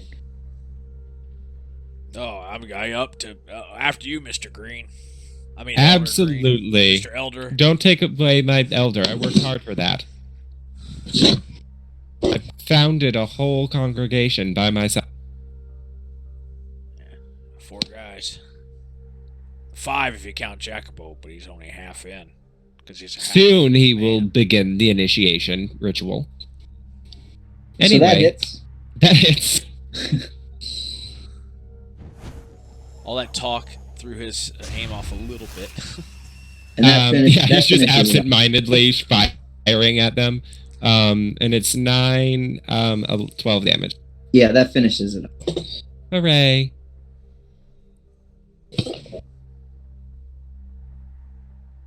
All right. What would you guys like to do? There's nothing else to look around down here in the crypt. We have some specimens to take back to the wizard, but we know it's going to be another 5 to 6 day journey back. You could reach back there. See, now that you're not tracking for, you could at a forced march, you could get there in a day. Oh. Well, if you guys are confident that we've done all we can here and that was the defiled creature, I just feel like we should take back some of that Lemire, just because I don't know what we were hired to kill. Yeah, But I want my money. if there's no other creatures here in this whole dungeon, the last 2 living creatures are those things that we spared. So it's like we execute those things too, just to make sure that the threat is clear. I think we should. I say we kill those last 2 things sitting in that room over there. I don't want to leave. As long Okay, as we fine. Take one back as proof that we complete the objective. Yeah, I say we do it. Okay, so you're gonna go back to that Try to do that mortared up room. That mortared up room, and I'll tell Elder Green, just shoot those things with Eldritch Blast until they're dead. And you're gonna kill both of them. But don't incinerate it. We want to, It's an Eldritch Blast. It doesn't. It's force damage. we need something. So Elder Green, are you gonna kill these 2? Yeah, I'll produce a couple flames and shoot them with them. Yeah, they don't even put up a fight. They just die pathetically with magic. Pathetic, I say, as they die. Makes me feel better, mate. I mean, they're nasty creatures. You don't want some child wander into the graveyard one day and come down here and find those things. And then we'll go ahead and make our way out of the... All right, so you're gonna leave the crypt and then get back on the road. We didn't... Can we gather anything from the Lemore, like some blood or tissue or something, just to show? If you want to go in there and touch those disgusting things, that's your business. Jacobo, go get some of that for your monster thing, that you're always talking about that I'm not paying attention to. Oh, right. I can't wait. Get a tooth. Get a tooth or something. He'll use his hammer to make a big enough hole and go in there. Go in there and get that shit. And Okay, there was no other like treasure boxes or anything laying around in this place. No treasure. No, just old rusted sword, Old nasty people. Yep. All right, very good. We're gonna leave. moldering corpses. So you're gonna take a tooth from a Lemure, right? Yeah. Okay. I'll use his dagger to cut it out. Okay. So you guys are gonna leave the crypt and journey back to Saltmarsh. Yeah. I felt like I was drowning in that crypt. Give me the open sea where I can breathe freely. Oh, Yeah, Yeah, as it you gets kind of leave the as you leave the entrance crypt, you kind of notice that the air is a little clearer, and that smell of brimstone has ended at the death of the lemures. Even that violet moss on the outside seems to have shriveled aside. I'll tell you what, mate. I feel better. I feel like I just disinfected the whole place with a can of Lysol. You ever heard of Lysol? It's invented by elves. It disinfects things. And you take your day's journey on back to Marsh and reunite with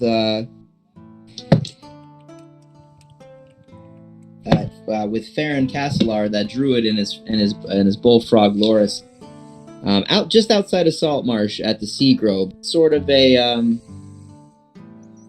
It's sort of a meeting place for people to pass rumors and pass the time. There's an outdoor market, and then the druid sort of oversees everything that takes place there. I go up to him and I go, we flattened the curve of that brimstone smelling place. So you were able to find the source of the smell. Yes. That we did, mate. Look at this. Couple foul I creatures. bring up the tooth. The lemure tooth? Yeah. I can tell immediately that this is not a material plane. Tooth of a demon or devil. And I show him the vial of mushroom shit and vial of spectator blood. Are you going to show him your limp dicks? The bag of holding? Yeah. Oh my! Thank you. Yeah, that's all you can say. This must be the creature that the elves could not. Could not what? This creature with these eye stalks, did they not belong to a beholderkin? They do? Yes. Many have escaped the Dreadwood throughout the years. Well, this one's not going to go anywhere. But As you can beholderkin are known to be the guardians of things, and they don't smell like brimstone. Was there nothing else with them? Yeah, this nasty lemure thing, this tooth here. Smell it. Perhaps the spectator was Don't you? sent to guard whatever summoned these creatures. Well, You got that elf's ears? yeah, I'll show him the ear of the half elf inside this symbol. from Why his would robe. you bring this to me? This is disgusting. Well, I was just showing you. This is the leader of the cult. This is his ear, and this was his robe. They seem to summon these creatures from the ethereal plane. That is the mark of Thera's doom, of the Elder God. Well, this is the right ear from their dead leader. So there ain't no more Thera's Doom worshippers anymore. If you could bring me proof of this, I would pay a bounty of 10 gold per cultist. Well, shit. Well, damn it. I will reward you with 150 gold for the slaying of this aberrant spectator. These are certainly a blight upon. And another 50 gold for proof of the murder of this. Look up a little bit. So you guys make 210. This fungus does not believe to appear from this world either. No, Can it not anything I've ever seen before. I will offer you a sum of 20 gold for the destruction of this creature as well. Very good. I'm gonna write this down. We killed like 10 of those things. Yeah, no shit. That's what I'm like. Oh. But you guys get 230 gold for completing the mission, and that's all I got for your adventure. Hooray! Yay! Yeah. Okay. Well then, Jacobo will awaken in the middle of the night at the new house. He'll hear in his voice, "Come down to the grotto," from Elder Green. What in the fuck are you doing in my head, mate? You get no response. Well, now I can't go back to sleep, so I kind of like creep like very like wearily down to the grotto. Okay, so as you enter the end of the grotto, you begin to hear rhythmic chanting from all of the elders. It's Cthulhu Fazagan. You hear this rhythmic chanting, and standing there in the salt water of the grotto is Elder Green, and he is going to say to you, "Brother, join us in the fraternal bonds of cosmic allegiance and become the perfect version of yourself." Look, mate, I'm not feeling too good tonight. I've had a little of the runs. Maybe I just go back to bed and you guys stop your infernal chanting and we do this tomorrow, mate. No, your baptism must be tonight. And he's going to extend his hand out to you. Right, well, okay. Does it hurt? Not at all. And I step forward, like, timidly and, like, reach out and take his hand. Okay. Well then, Elder Green is going to mutter.